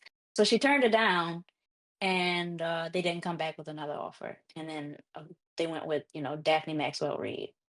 And of course, we all know that when she was on the show, they didn't really have her doing anything. She just was kind of there, and she'd be Yeah, like, she just "Oh, existed. Philip, yeah, oh, Philip, you didn't even ask me about this." And they didn't really give her anything to do. She was just There. the mom that was there, and She was the progenitor of what whatever. happened to black moms on TV for like the next 10, 15 years. Because we didn't really see nobody get active until maybe like, I want to say My Wife and Kids, maybe. Like, I feel like Tisha Campbell's character on there was pretty, robust. Like, you knew she existed. You knew she was there and part of the scene where, like, Yeah, Viv, light skin version, just kind of fell into the background. And yeah. I didn't like the I way think they they really did handled, her a disservice yeah. too, And I didn't her like the as way an they handled that actress. transition either. I remember the episode specifically where they were like, Aunt Viv, you look different. And they just laughed and moved on, you know? Yeah, she said that that really hurt her too, Yeah. because that was, Janet Hubert, because you're taking a dig at somebody who you basically, for all intents and purposes, you fired off the show, and now you're just gonna keep making jokes about it. Yeah. And then on top of that, she got this reputation of being difficult to work with, so that's why her career didn't really go many places after that. I mean, I don't know what else she might be doing with herself now. I don't know if she really did a lot of stuff after that, but like I don't really recall seeing her in anything after. No. And I can imagine that being a dark skinned black woman and somebody saying that you're difficult to work with would kind of just obliterate your career, especially if it's somebody who is so well known. Like, everybody knew Will Smith as like the Fresh Prince, and he had that successful hip hop career, and now he's like this big time TV star. It's like, you would take his word over hers if, you are trying to push your project somewhere, and if, you're working in Hollywood, obviously. So, that that kind of messed her up a lot. It would mess me up too. And I think that's just like a terrible thing that this one instance basically blackballed her for the rest of her, on-screen acting career. Again, we don't know, like you said, we don't know what she's done behind the scenes or anything like that. But like, I haven't seen her in any projects since the '90s, since that episode of, I mean, since that season of Fresh Prince. And it also makes me wonder, is like, why didn't anybody else stand up for her and come together? Like, we have all these wonderful black people in the '90s. We have all these different shows that were out on different networks at the same time. Why didn't anybody say, "Hey, come work with us"? That would have been great. I feel like that would have been very helpful and also a sign of good faith of like, hey, we care about black women, we care about dark skinned black women, because that's the fact that they swapped her was bad enough. But the fact that they swapped her with a light skinned black woman was just like a shot to the heart in a sense. At least for her, I feel like it would be a shot to the heart. yeah. It's like, okay, there's some aspect of colorism here. It's like Uncle Phil's already light skinned, so we can't be like, you know, oh, but we need a light skinned parent so that it makes sense that Hillary's here. That's what he was there for. Now you got, like, how did they make Carlton? You know what I mean? It's like it's two light skinned parents. How they make Carlton? So Boy. I'm glad they pieced it up, but I think what Will should have done, at least on the public facing side, because again, we don't know what happens behind the scenes. On the public facing side, he should have put her in some movies. He should have put her on to something, gave her a project, put her in a music video, an animated show, something. All these years, and all you do is an apology, and then she's still, I don't even, is she still interested in acting? Like, I don't even know. But like, he could have done something more than just being like, I'm sorry. At least in my eyes. Yeah, because she lost all those years. Like she could have been making billions of dollars. She was like so talented. Like she was like a trained dancer. She was a phenomenal actress. She could sing. Like there were so many avenues her career could have gone in, and it just kind of, just really kind of fizzled out. And it was mostly because of that. You get this reputation of being the person that's like causing issues on set. Like nobody's really gonna want to work with you. But I think, like, this went on for so many years at to the point where, like, he probably felt like, "Whatever, I feel like I don't need to do anything about it," and he probably was still in the mindset of, like, "Well, this is her own fault, she shoulda laughed at my jokes," and it probably wasn't until recently that, he kinda was like, "Well, it's time that far time that I actually say something about it now." And then he came forth and he did that apology and he was like, I was real live and, I was just this and that and the other. And I just want to apologize. And I'm glad that he did do that because she did deserve an apology and she definitely deserved it publicly, especially because, there was all those rumors going around. Like everybody always thought that she was the problem. So I think that that was important for him to do that, but I agree with you. He probably should have did a little bit more because she lost out on so many things that could have potentially put her even further on the map just because of You know what? him kind of making them Will Smith, accusations. if you're watching this, I'm looking right at you, Will Smith. If you're watching this right now, what you need to do is do an animated special for Fresh Prince, bring Janet Hubert back, and have that be like 45 minutes to an hour long. And that be like a really good way to apologize to her. I think that'll be a really great episode. Have a lot of dance sequences in it. Just make it about her. Aunt Vib's big groove, new groove, something like that. Just do that, Will. If you don't, if you don't, I'm gonna call Jada and she gonna make you cry on Red Table Talk again. Oh no. When did that happen? That was like 3 years, 2 years ago, right? Feels like it was yesterday, but it probably was. Yeah, but they did a Family Matters special animated. It was Steve Urkel and he was. Did he cause Christmas to be messed up? He was like Steve Urkel saves Christmas or something like that. It came out like a couple of years ago. I didn't even know anything about it. But he voiced Urkel again. Jalil came back, and like I don't think Mhm. anybody from the original cast was in it though. It was like brand new people. Oh, that's interesting, Hold on, let me look but it up it's right now. probably good for him. Yeah, he's. I wish he would come back and give some love to Sonic. Like he was the first Sonic animated voice actor. That's what he needs. I was waiting for that. We had 3 movies into Sonic, and he has not come back. Actually, I'm wondering why he wasn't involved in any of those. I don't know. Maybe he hates it because he was really young when he did it too. That was like my favorite stuff from him. Like I'm be Yeah. honest, I didn't really care for Family Matters Here like we that. go. Urkel saves Santa, the movie, 2023, and it looks like he was the only original cast member to come back. I think that this character probably did a little better like this too, overall. Who, Urkel? Yeah, and then like in a movie in a smaller dose. Yeah. When I was like really really little, I liked the show Family Matters because it was so ridiculous. But then when I got older, I was like, all right, you're doing too much, brother. Well, it Calm became a down. sci-fi show. Like he Yeah, literally it came on was. screen. They loved him so much they basically turned it into Urkel Matters. It's not Family Matters, no, it's Urkel Matters. Yeah, it was a lot. He was just doing a lot. He would just walk in the room and like the house would just blow up. I'm just like, I can't do this. Wait, he just stepped inside. Did I do that? Wait, you didn't like Robo Steve and Stefan and all the other weird sciencey sci-fi stuff they did?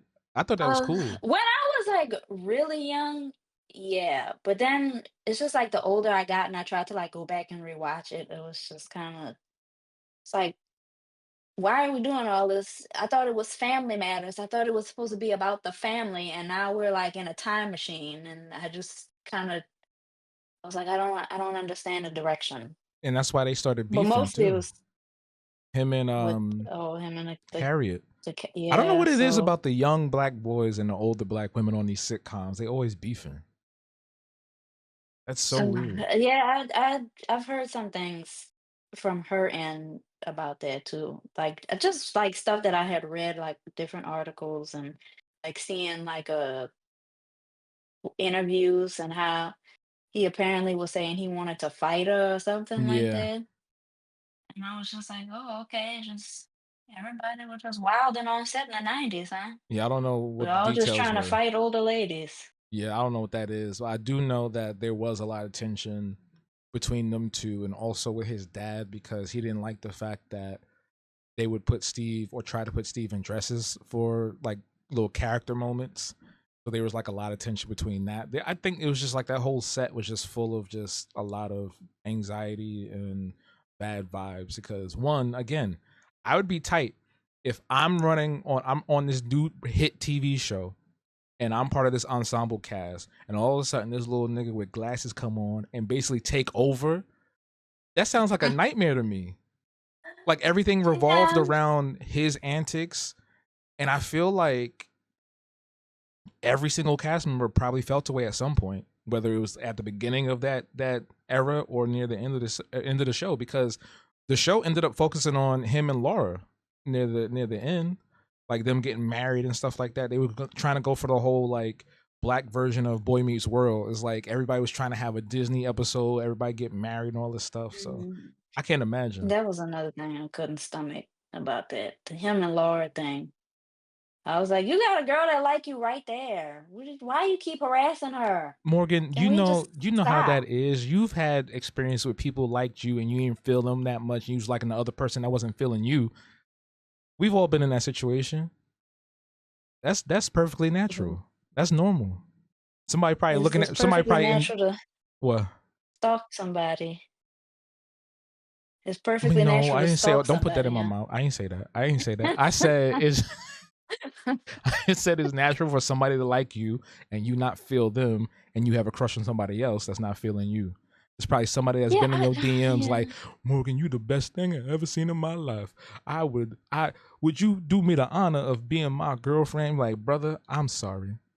Um, I'm focusing on myself right now. There's somebody in your DMs right now that's doing that or has been. We know that. You got a Urkel chasing you. I don't think I could do all of that. No Urkel chasing me. I'm sorry. We'd have to get the police. That's a Now little you're bit right too though, much because that we doing. it's not even just Family Matters. A lot of those shows did incredibly problematic things with relationship storylines, especially with children, where it's just like, yeah, why is this kid Roger climbing up the ladder to this girl's room all the time? Why is Urkel following Laura and getting clippings of her hair to do science experiments? Why is Topanga and Court like all these instances? And it's so strange to me. After that whole situation with what was that thing called with the Nickelodeon kids? What was that documentary called? Thing. Kids on Oh, Set, quiet Quiet on on set. Set. So after Quiet on Set, it makes you really wonder, like, and I'm not trying to put this on anybody, but it makes you wonder, like, how many other child actors had to go through strange things like that or similar when they were on set. Because a lot of these storylines are a bit much. I know some people are like, oh, it's just kids, they're cute or whatever the case may be, but sometimes they go a little bit overboard. And I think if they focused more on just kind of like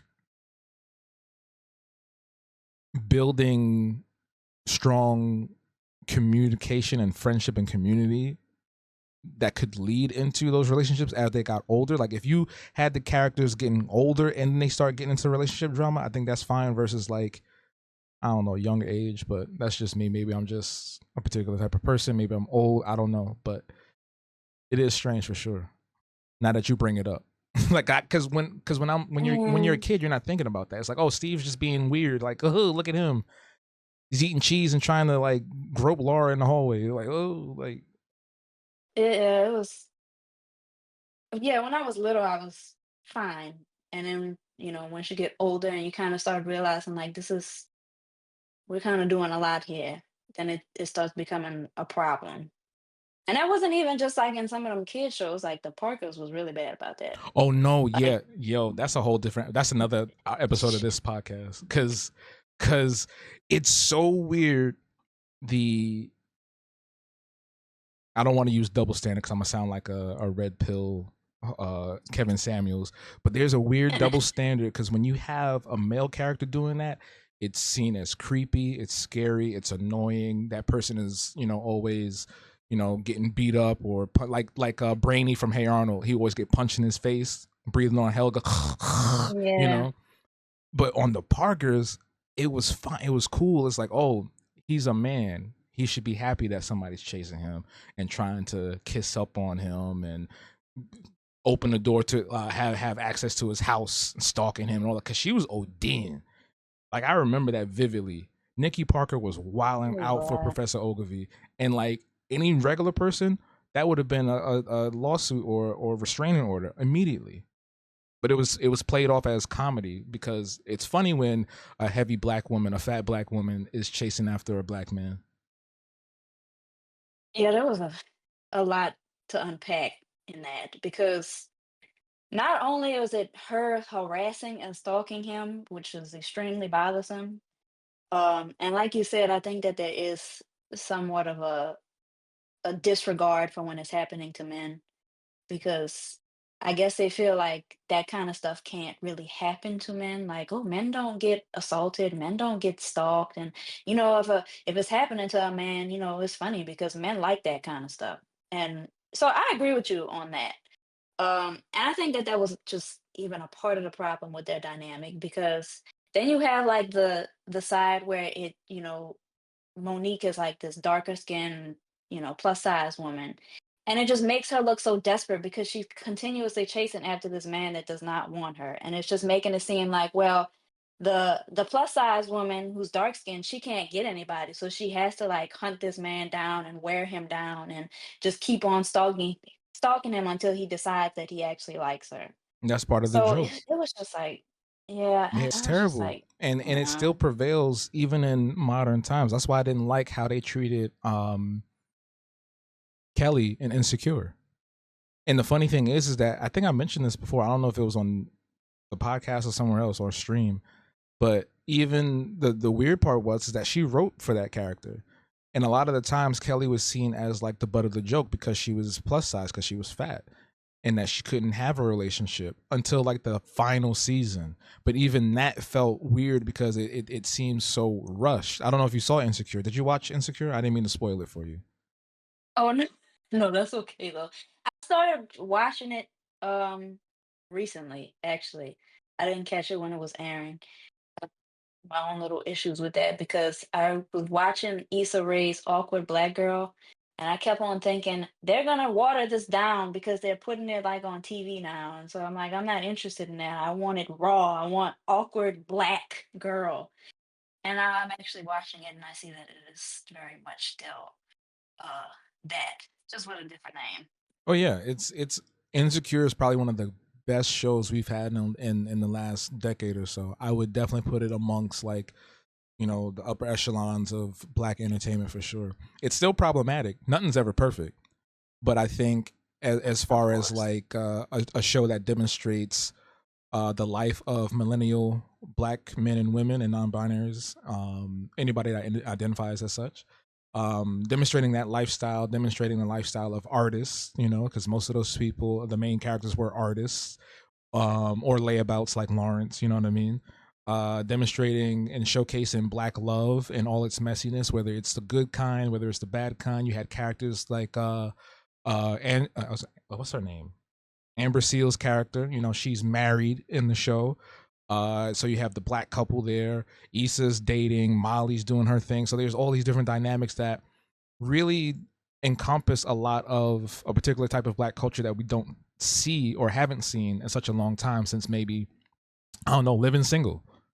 I would say that Insecure has similarities to Living Single. Is just less comedic. It's more dramatic, because on that show everybody was successful. You had the lawyer character, you had an artist character, you had Queen Latifah was like a coach, right, or something like that. What did she do? She was a she was the CEO of a publishing Oh my company, god! a Well, flavor why did magazine. I think she was doing sports? Yo, I Well, no, only watched it when I was a kid, so don't hurt me. But like, no, I watch it all the time, so I remember because that's my favorite show. I know But because you be drawing. yeah, that's Y'all, if y'all ain't listened to me last time, go follow Morgan right now because she be drawing some good cartoons and her living single characters, her redraws of those. Chef kiss.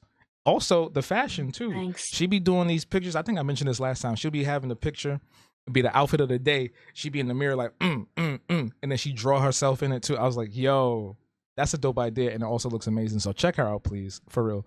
Um, Oh, thanks. of course, I'm always gonna big you up and anybody else that comes on the show or I'm friends with, for real. That's the most important thing. I talk about that all the time. We have to look out for each other. Shifting gears because I know we've been on for a while. Two things: 2024 year in review for your career, your art. How are you feeling? What are your favorite moments? What were your least favorites? And what are you looking forward to for 2025? Hmm. So I'm looking forward to hopefully getting some more book deals. So I did have a book that I did work on this year. It's supposed to be coming down the pipeline soon. That is going to be via Words and Web. She does a lot of books focusing on Black boys. And so she is coming out with a third book that I illustrated for her, and it should be coming out, if not this by the end of this month, then it should be coming out sometime early next year. I can't really say too much about it because that's on her, but that is something that I was excited about. I'm always excited to put things out there that can be inspiring for young Black kids, and that is always something that I like to be able to use as a medium to push things like just for pushing them to want to read, or showing them that they can do whatever they want to do. Like if they want to be a football player, they can do that. If they want to be a writer, they can do that. And she kind of puts out a lot of books that kind of show you that you can do anything that you set your mind to, and you shouldn't let small setbacks keep you from moving forward. And those are the kind of ideas that we always want to put towards little kids. Like we want to show them that they can accomplish and they can achieve these goals, that it's definitely something that is within their reach. So there's always something that I'm excited about, and I'm always excited to kind of put things out there even for little boys, because they always need something too. So those are the kind of things that I have been excited about this year, and I'm hoping that next year that we can continue moving forward. We can come out with more things. Here's hoping in the future that maybe I can work in TV to some degree, because that's something that I've always wanted to do. I've always been interested in maybe doing visual development or maybe character design. If somebody is on there and watching and they are looking for a character designer, maybe consider me, look at my portfolio, and see if maybe I could help you out with your next little animated reboot. Hey, I'm down for that. So would you say you're more I'm trying to I don't want to say it to make it sound like I'm trying to diss anybody. Would you say you're more like corporate focused, like you want to be more in line with like a job that has security and benefits in the field of the animation and the arts versus like, Yeah, I being definitely fully would. independent and just like flying by the seat of your coattails or whatever? um, so as of right now, I am working full time doing graphic design work, and that is like a pretty corporate job. Um, Now, I do like having benefits to that. You have the security, you have like your retirement and all your insurance and everything like that. But I've always been interested in potentially doing independent work, like maybe going like a full-time freelance and just kind of doing my own thing. Um, there's just kind of aspects about it that I still don't really know, and I It's kind of scary. think I would wanna, yeah, I think I would wanna familiarize myself and what I gotta do first, because I want to make sure that if I have some sort of medical emergency, I have some insurance to kind of fall back on so that my bill won't completely ruin me. It'll only ruin me a little bit. Yeah, there are definitely some security blankets out there now than there have been in previous years or previous decades. I think that being independent is not as frightening. It's still scary, but it's not as frightening as it used to be because we have one, the freelancers union. Like that's one organization that I know is very reputable. They make sure that artists are connected to valuable and essential resources like health insurance and retirement plans and things like that. And they also give out resources to prepare you for tax season or making sure that you're getting paid fairly. Things that a lot of us don't normally do well or think about when we're creating on the independent or freelance side. So there is security out there. It's just everything's all over the place. It's scattered versus like if you worked at Disney or a smaller studio or wherever the case may be, and like okay, I come to work, I clock in at this time, I clock out at this time, I get my 401k, I get my benefits, I get my health insurance and all that. That's definitely getting there to that point, but it's a very different world. There's a lot more freedom to it, but that comes at the cost of the security of like, hey, I got sick days. You know what I'm saying? Like if you get a sick day and you're Yeah. independent, that's a whole different situation, especially if you got people to care it for, like children, elder parents, or things like that. But with so many organizations out there now that are providing grants, providing residencies, providing all these opportunities, I think I wouldn't say anybody just jump off right now and just get into it because I'm still trying to get myself together, But I wouldn't say like jump off the ship now, but do your own research, and take time to really like see what's going on, question people that are freelance that are out there that are doing well for themselves.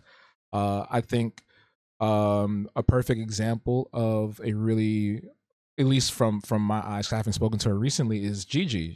I think she's doing pretty well for herself as an independent artist. She has a lot of sponsors. She's worked with some really great organizations.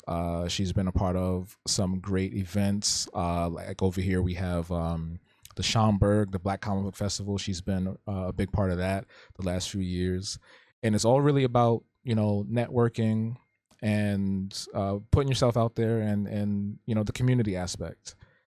Um, so yeah, I think that either way is fine. Like I'm not judging anybody for whatever they choose, whether it's freelance, whether it's corporate, or anything like that. I was just curious about like for you specifically because I know that you do work for a particular organization you're doing, Kids Lit and things like that. So I was just curious. I'm always curious about different people because even Chuck, who's on the last episode, he's done a lot of freelance work as well. So it's cool to pick people's Mhm. minds.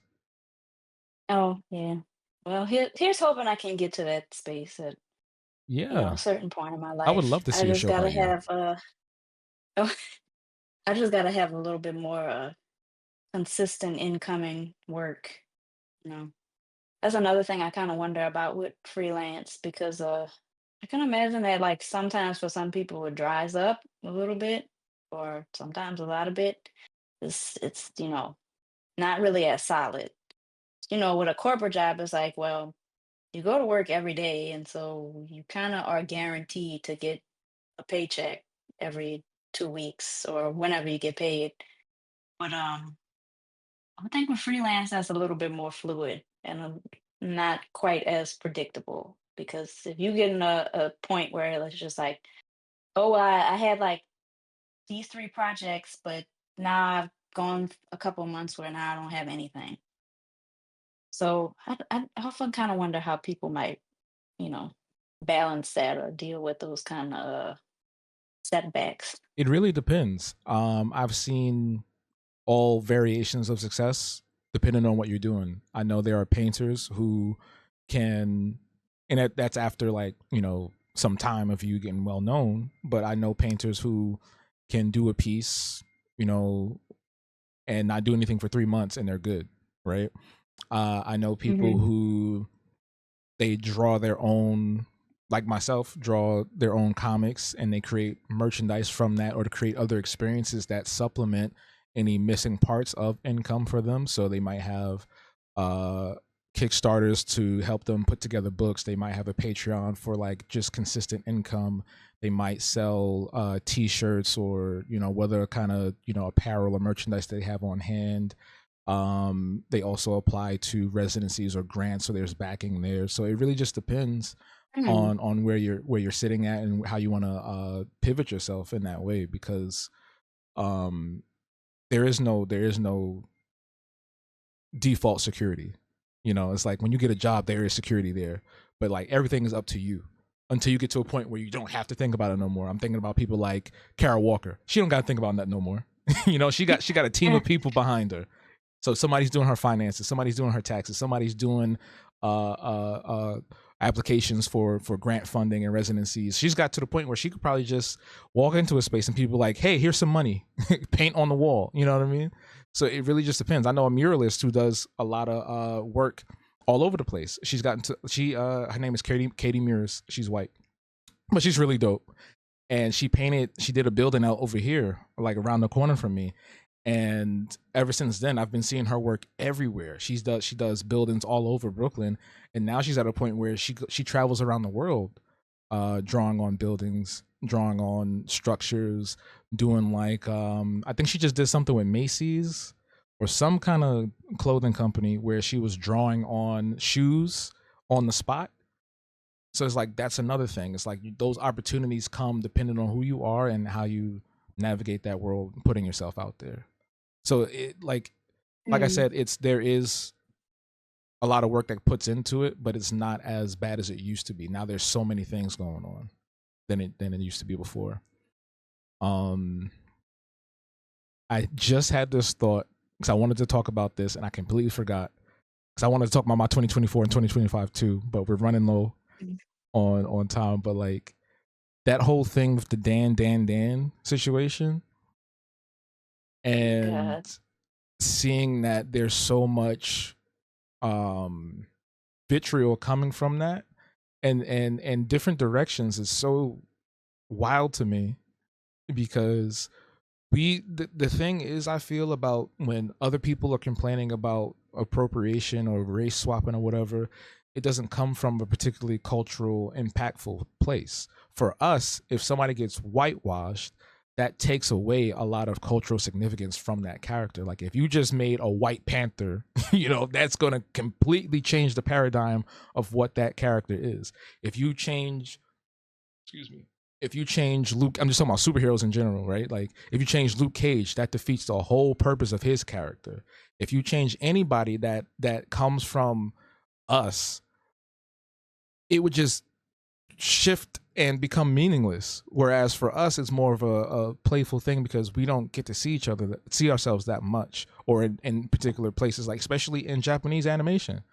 Most of the times when they do us, it's either like really weird caricature, big lip, white palms, or maybe we have to guess what they are because they're a little ambiguous. Like, is that a tan, or are they really black? You know what I'm saying? So I don't know. Like, it's so stupid to see it. I don't really pay attention to it, but you seem to be more enveloped in like a lot of the research. So what exactly was going on, and like, is that girl okay now? Um, so what initially happened was, the stuff that you were seeing from some of the online stuff with the voice actor. So she just kind of posted it and she just said, "Oh, I did, these two characters, I made them black or whatever." And she usually would kind of post that kind of stuff.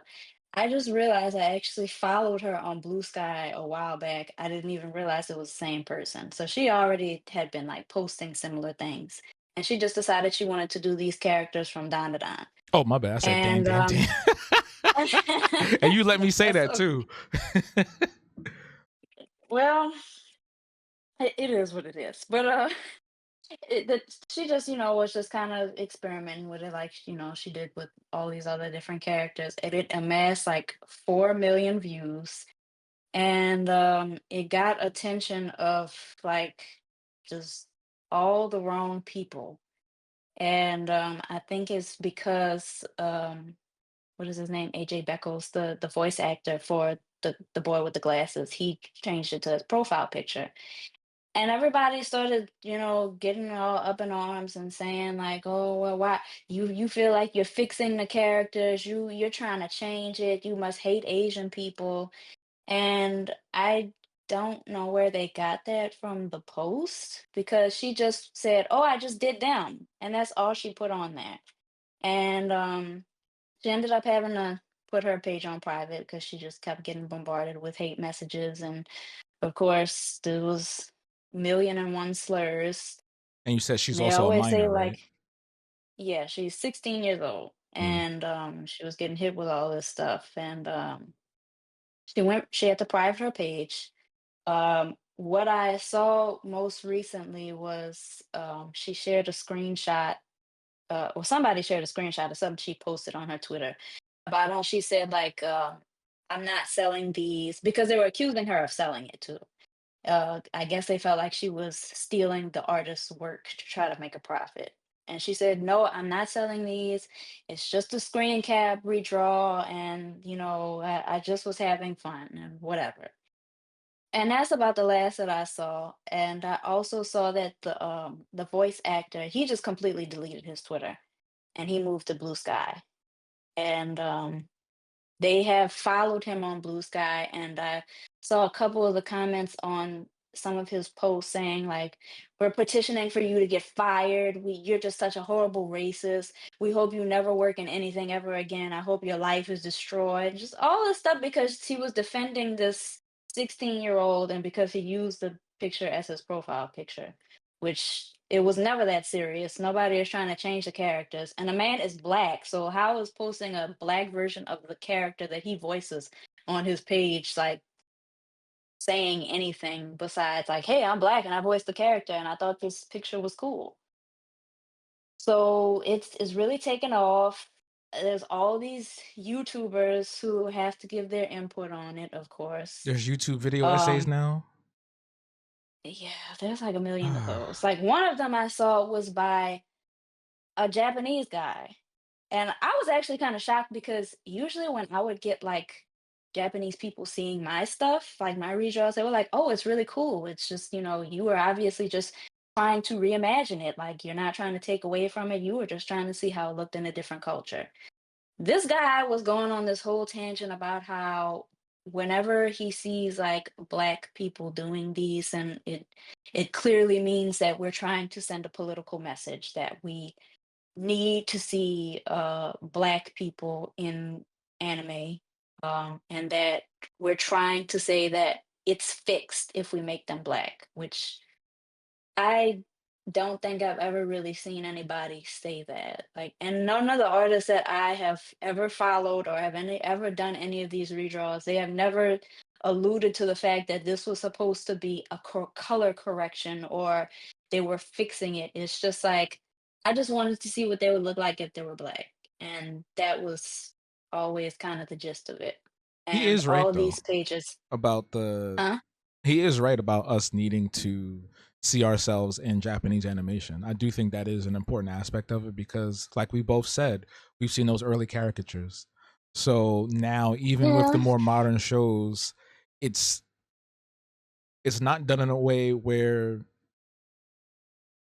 I have not seen a show where we had a black character and they didn't have an afro. Like usually the character has an afro or some kind of other exaggerated feature where it's just like we all just don't have that. Like some of us have cornrows, some of us have short fades, some of us have the Killmonger thing. Like we're still at a point where I think it is important for us to showcase that we can demonstrate our cultural styles and aesthetics without it having to be a big thing. Like if you redraw something, if I redraw something, I think it's a demonstration of like, hey, this is how it could look like to the people that are in charge, to the people Hmm. that are creating those things, because I'm tired of seeing shows Japanese animations where I gotta guess to see if this character is black or not because they have a tan. I've been confused one too many times. And on top of that, I Yeah, I remember about it. even when Pokemon had this game come out a few years ago called Sword and Shield, and it had a character in there. Her name was Nessa, and she was dark skinned. She was like brown skin. Guess what everybody started to do? They started to lighten her skin, but they were lightening her skin because they thought her dark skin was ugly. That's the difference. We don't think that Japanese people are ugly. We don't think that Asians are ugly. It's just that we're doing it just to see ourselves, whereas y'all are doing it to be like, we don't want to see that mess. I remember one time I saw a character, a drawing of that character, that Nessa Pokemon trainer. Somebody drew her I as know a what you're about to monkey. say. You saw Yeah, that I one? know. I remember that. Yeah. They just do that to be malicious, of course, and we're just doing it to have fun. But of course, it's somehow the same thing. But I do think that Nessa thing started off as something not quite as them trying to be ugly about it. I think I want to say the first time that happened was they did whitewash the character, but they supposedly they weren't trying to like do it in like a spiteful way. They just didn't do her skin color properly. Like she only looked like she was slightly tan, and I think some people said some things about that.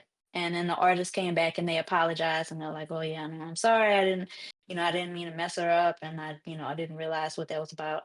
And I think that's what I remember it starting as. But then, the more people started kind of seeing what happened, they were like, "Oh well, we see people are upset about it, so let's just do it on purpose to make them mad." And then you start seeing like these extremely porcelain white versions of her. And then you start seeing porcelain white blonde versions of her. And then of course we got to the monkey version, which is And it like was so detailed too. So we you know that person spent a lot of time putting that together. Like he really don't like us. Cause that monkey had like some fur. Like straight up realistic. I thought that was freaking Caesar from Planet of the Apes. That's how realistic it looked. And I don't know. oh boy. I used to get pissed off at it. I used to get mad at it. I don't care anymore. Like a guy came into my stream the other night and I was drawing I was doing one of my own original things, and he came into the stream, and it started off nice. He was like, "Hey, I followed you off of social media." I was like, "Oh, cool." And then he goes to continue and say, "Uh, you are doing something disrespectful. You're drawing all the characters as black." I was like, "Okay," and he was like, "You should draw them as white." I was like, "No, I don't." I said, "If you pay me, you can. I will do it." And he left after that. But it's like, why are you getting so mad? It's not like I'm canonizing everything. And even if I was, like, you still have the old stuff to look at too. People get mad about Miles Morales or whoever else being the new face of a franchise, and it's like, bro, you still can go watch the old stuff.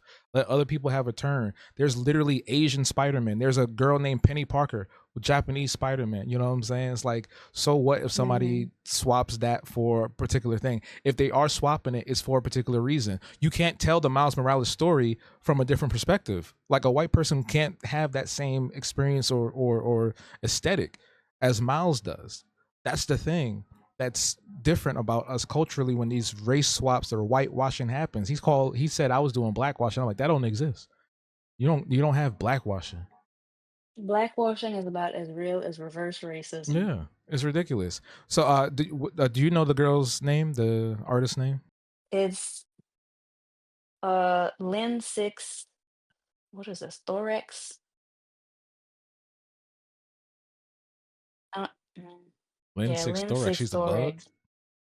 Um, Lynn Six Thorax. that's a yeah, that's a use Okay, well, everybody that's watching this and listening, please go follow Lynn Six Thorax. Show her some love and appreciation.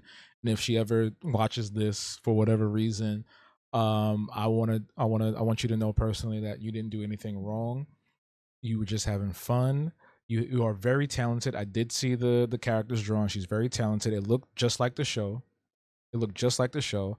And for someone to be so young and have such skill is amazing. A lot of these kids are leagues above us when we were that age. And don't let anybody ever tell you what to do. This is your art. These are your hands. This is your equipment. They're not paying for it. So don't pay that no mind because they just jealous at the end of the day that they can't draw. That's what it is. They want you to draw for them. They want you to draw for them. Yeah, please don't let anybody else's insecurities bring you down. These people are just miserable and just want to cut down on somebody else because they don't have a life. Mm-hmm. Don't ever let that stop you from shining and doing what you want to do. Absolutely. Now, I know I keep saying this. This is the last thing I'm gonna say because you did your 2024, 2025. So I'm gonna do mine. Then we're gonna get up out of here. So for me, 2024, I think my highlight was the beginning of the year when I had the exhibition. I was part of that group show at the Riva Gallery. That was really great. And I think where I'm at now feels really good. Where I'm on a really good consistent track with Sweaty Minds, and that's been really fun to see more people latch on to it and have their favorite characters. Like the other night I asked people like, who's your favorite character, and they literally all said the same person, which was like surprising to me. I was like, oh, everybody likes KG. Like I wasn't expecting that to be a thing.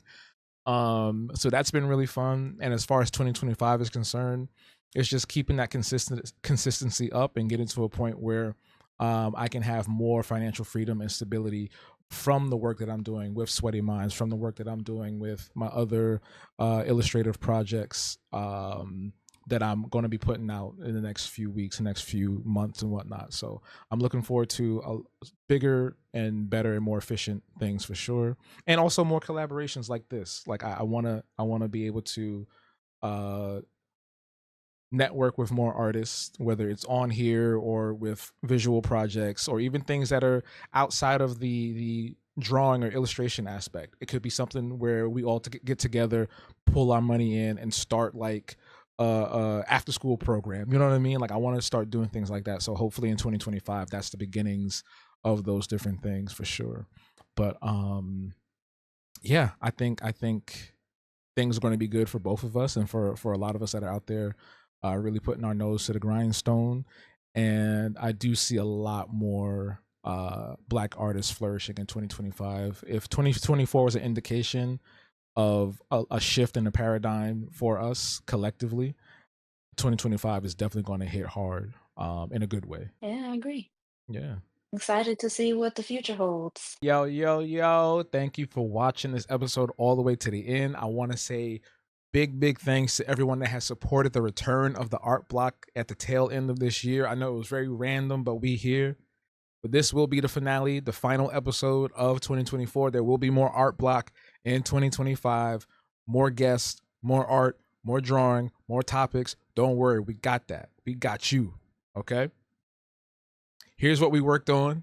It's really dope. I love it. She loves it. You love it too, don't you? You love it too. I know you do. I know you do. Big thanks to Morgan for joining me for this episode once again, and to all our Patreon members, our Patreon founding members, our $1 warriors, and everyone else in between, whether you're on the YouTube membership, the coffee, all that stuff.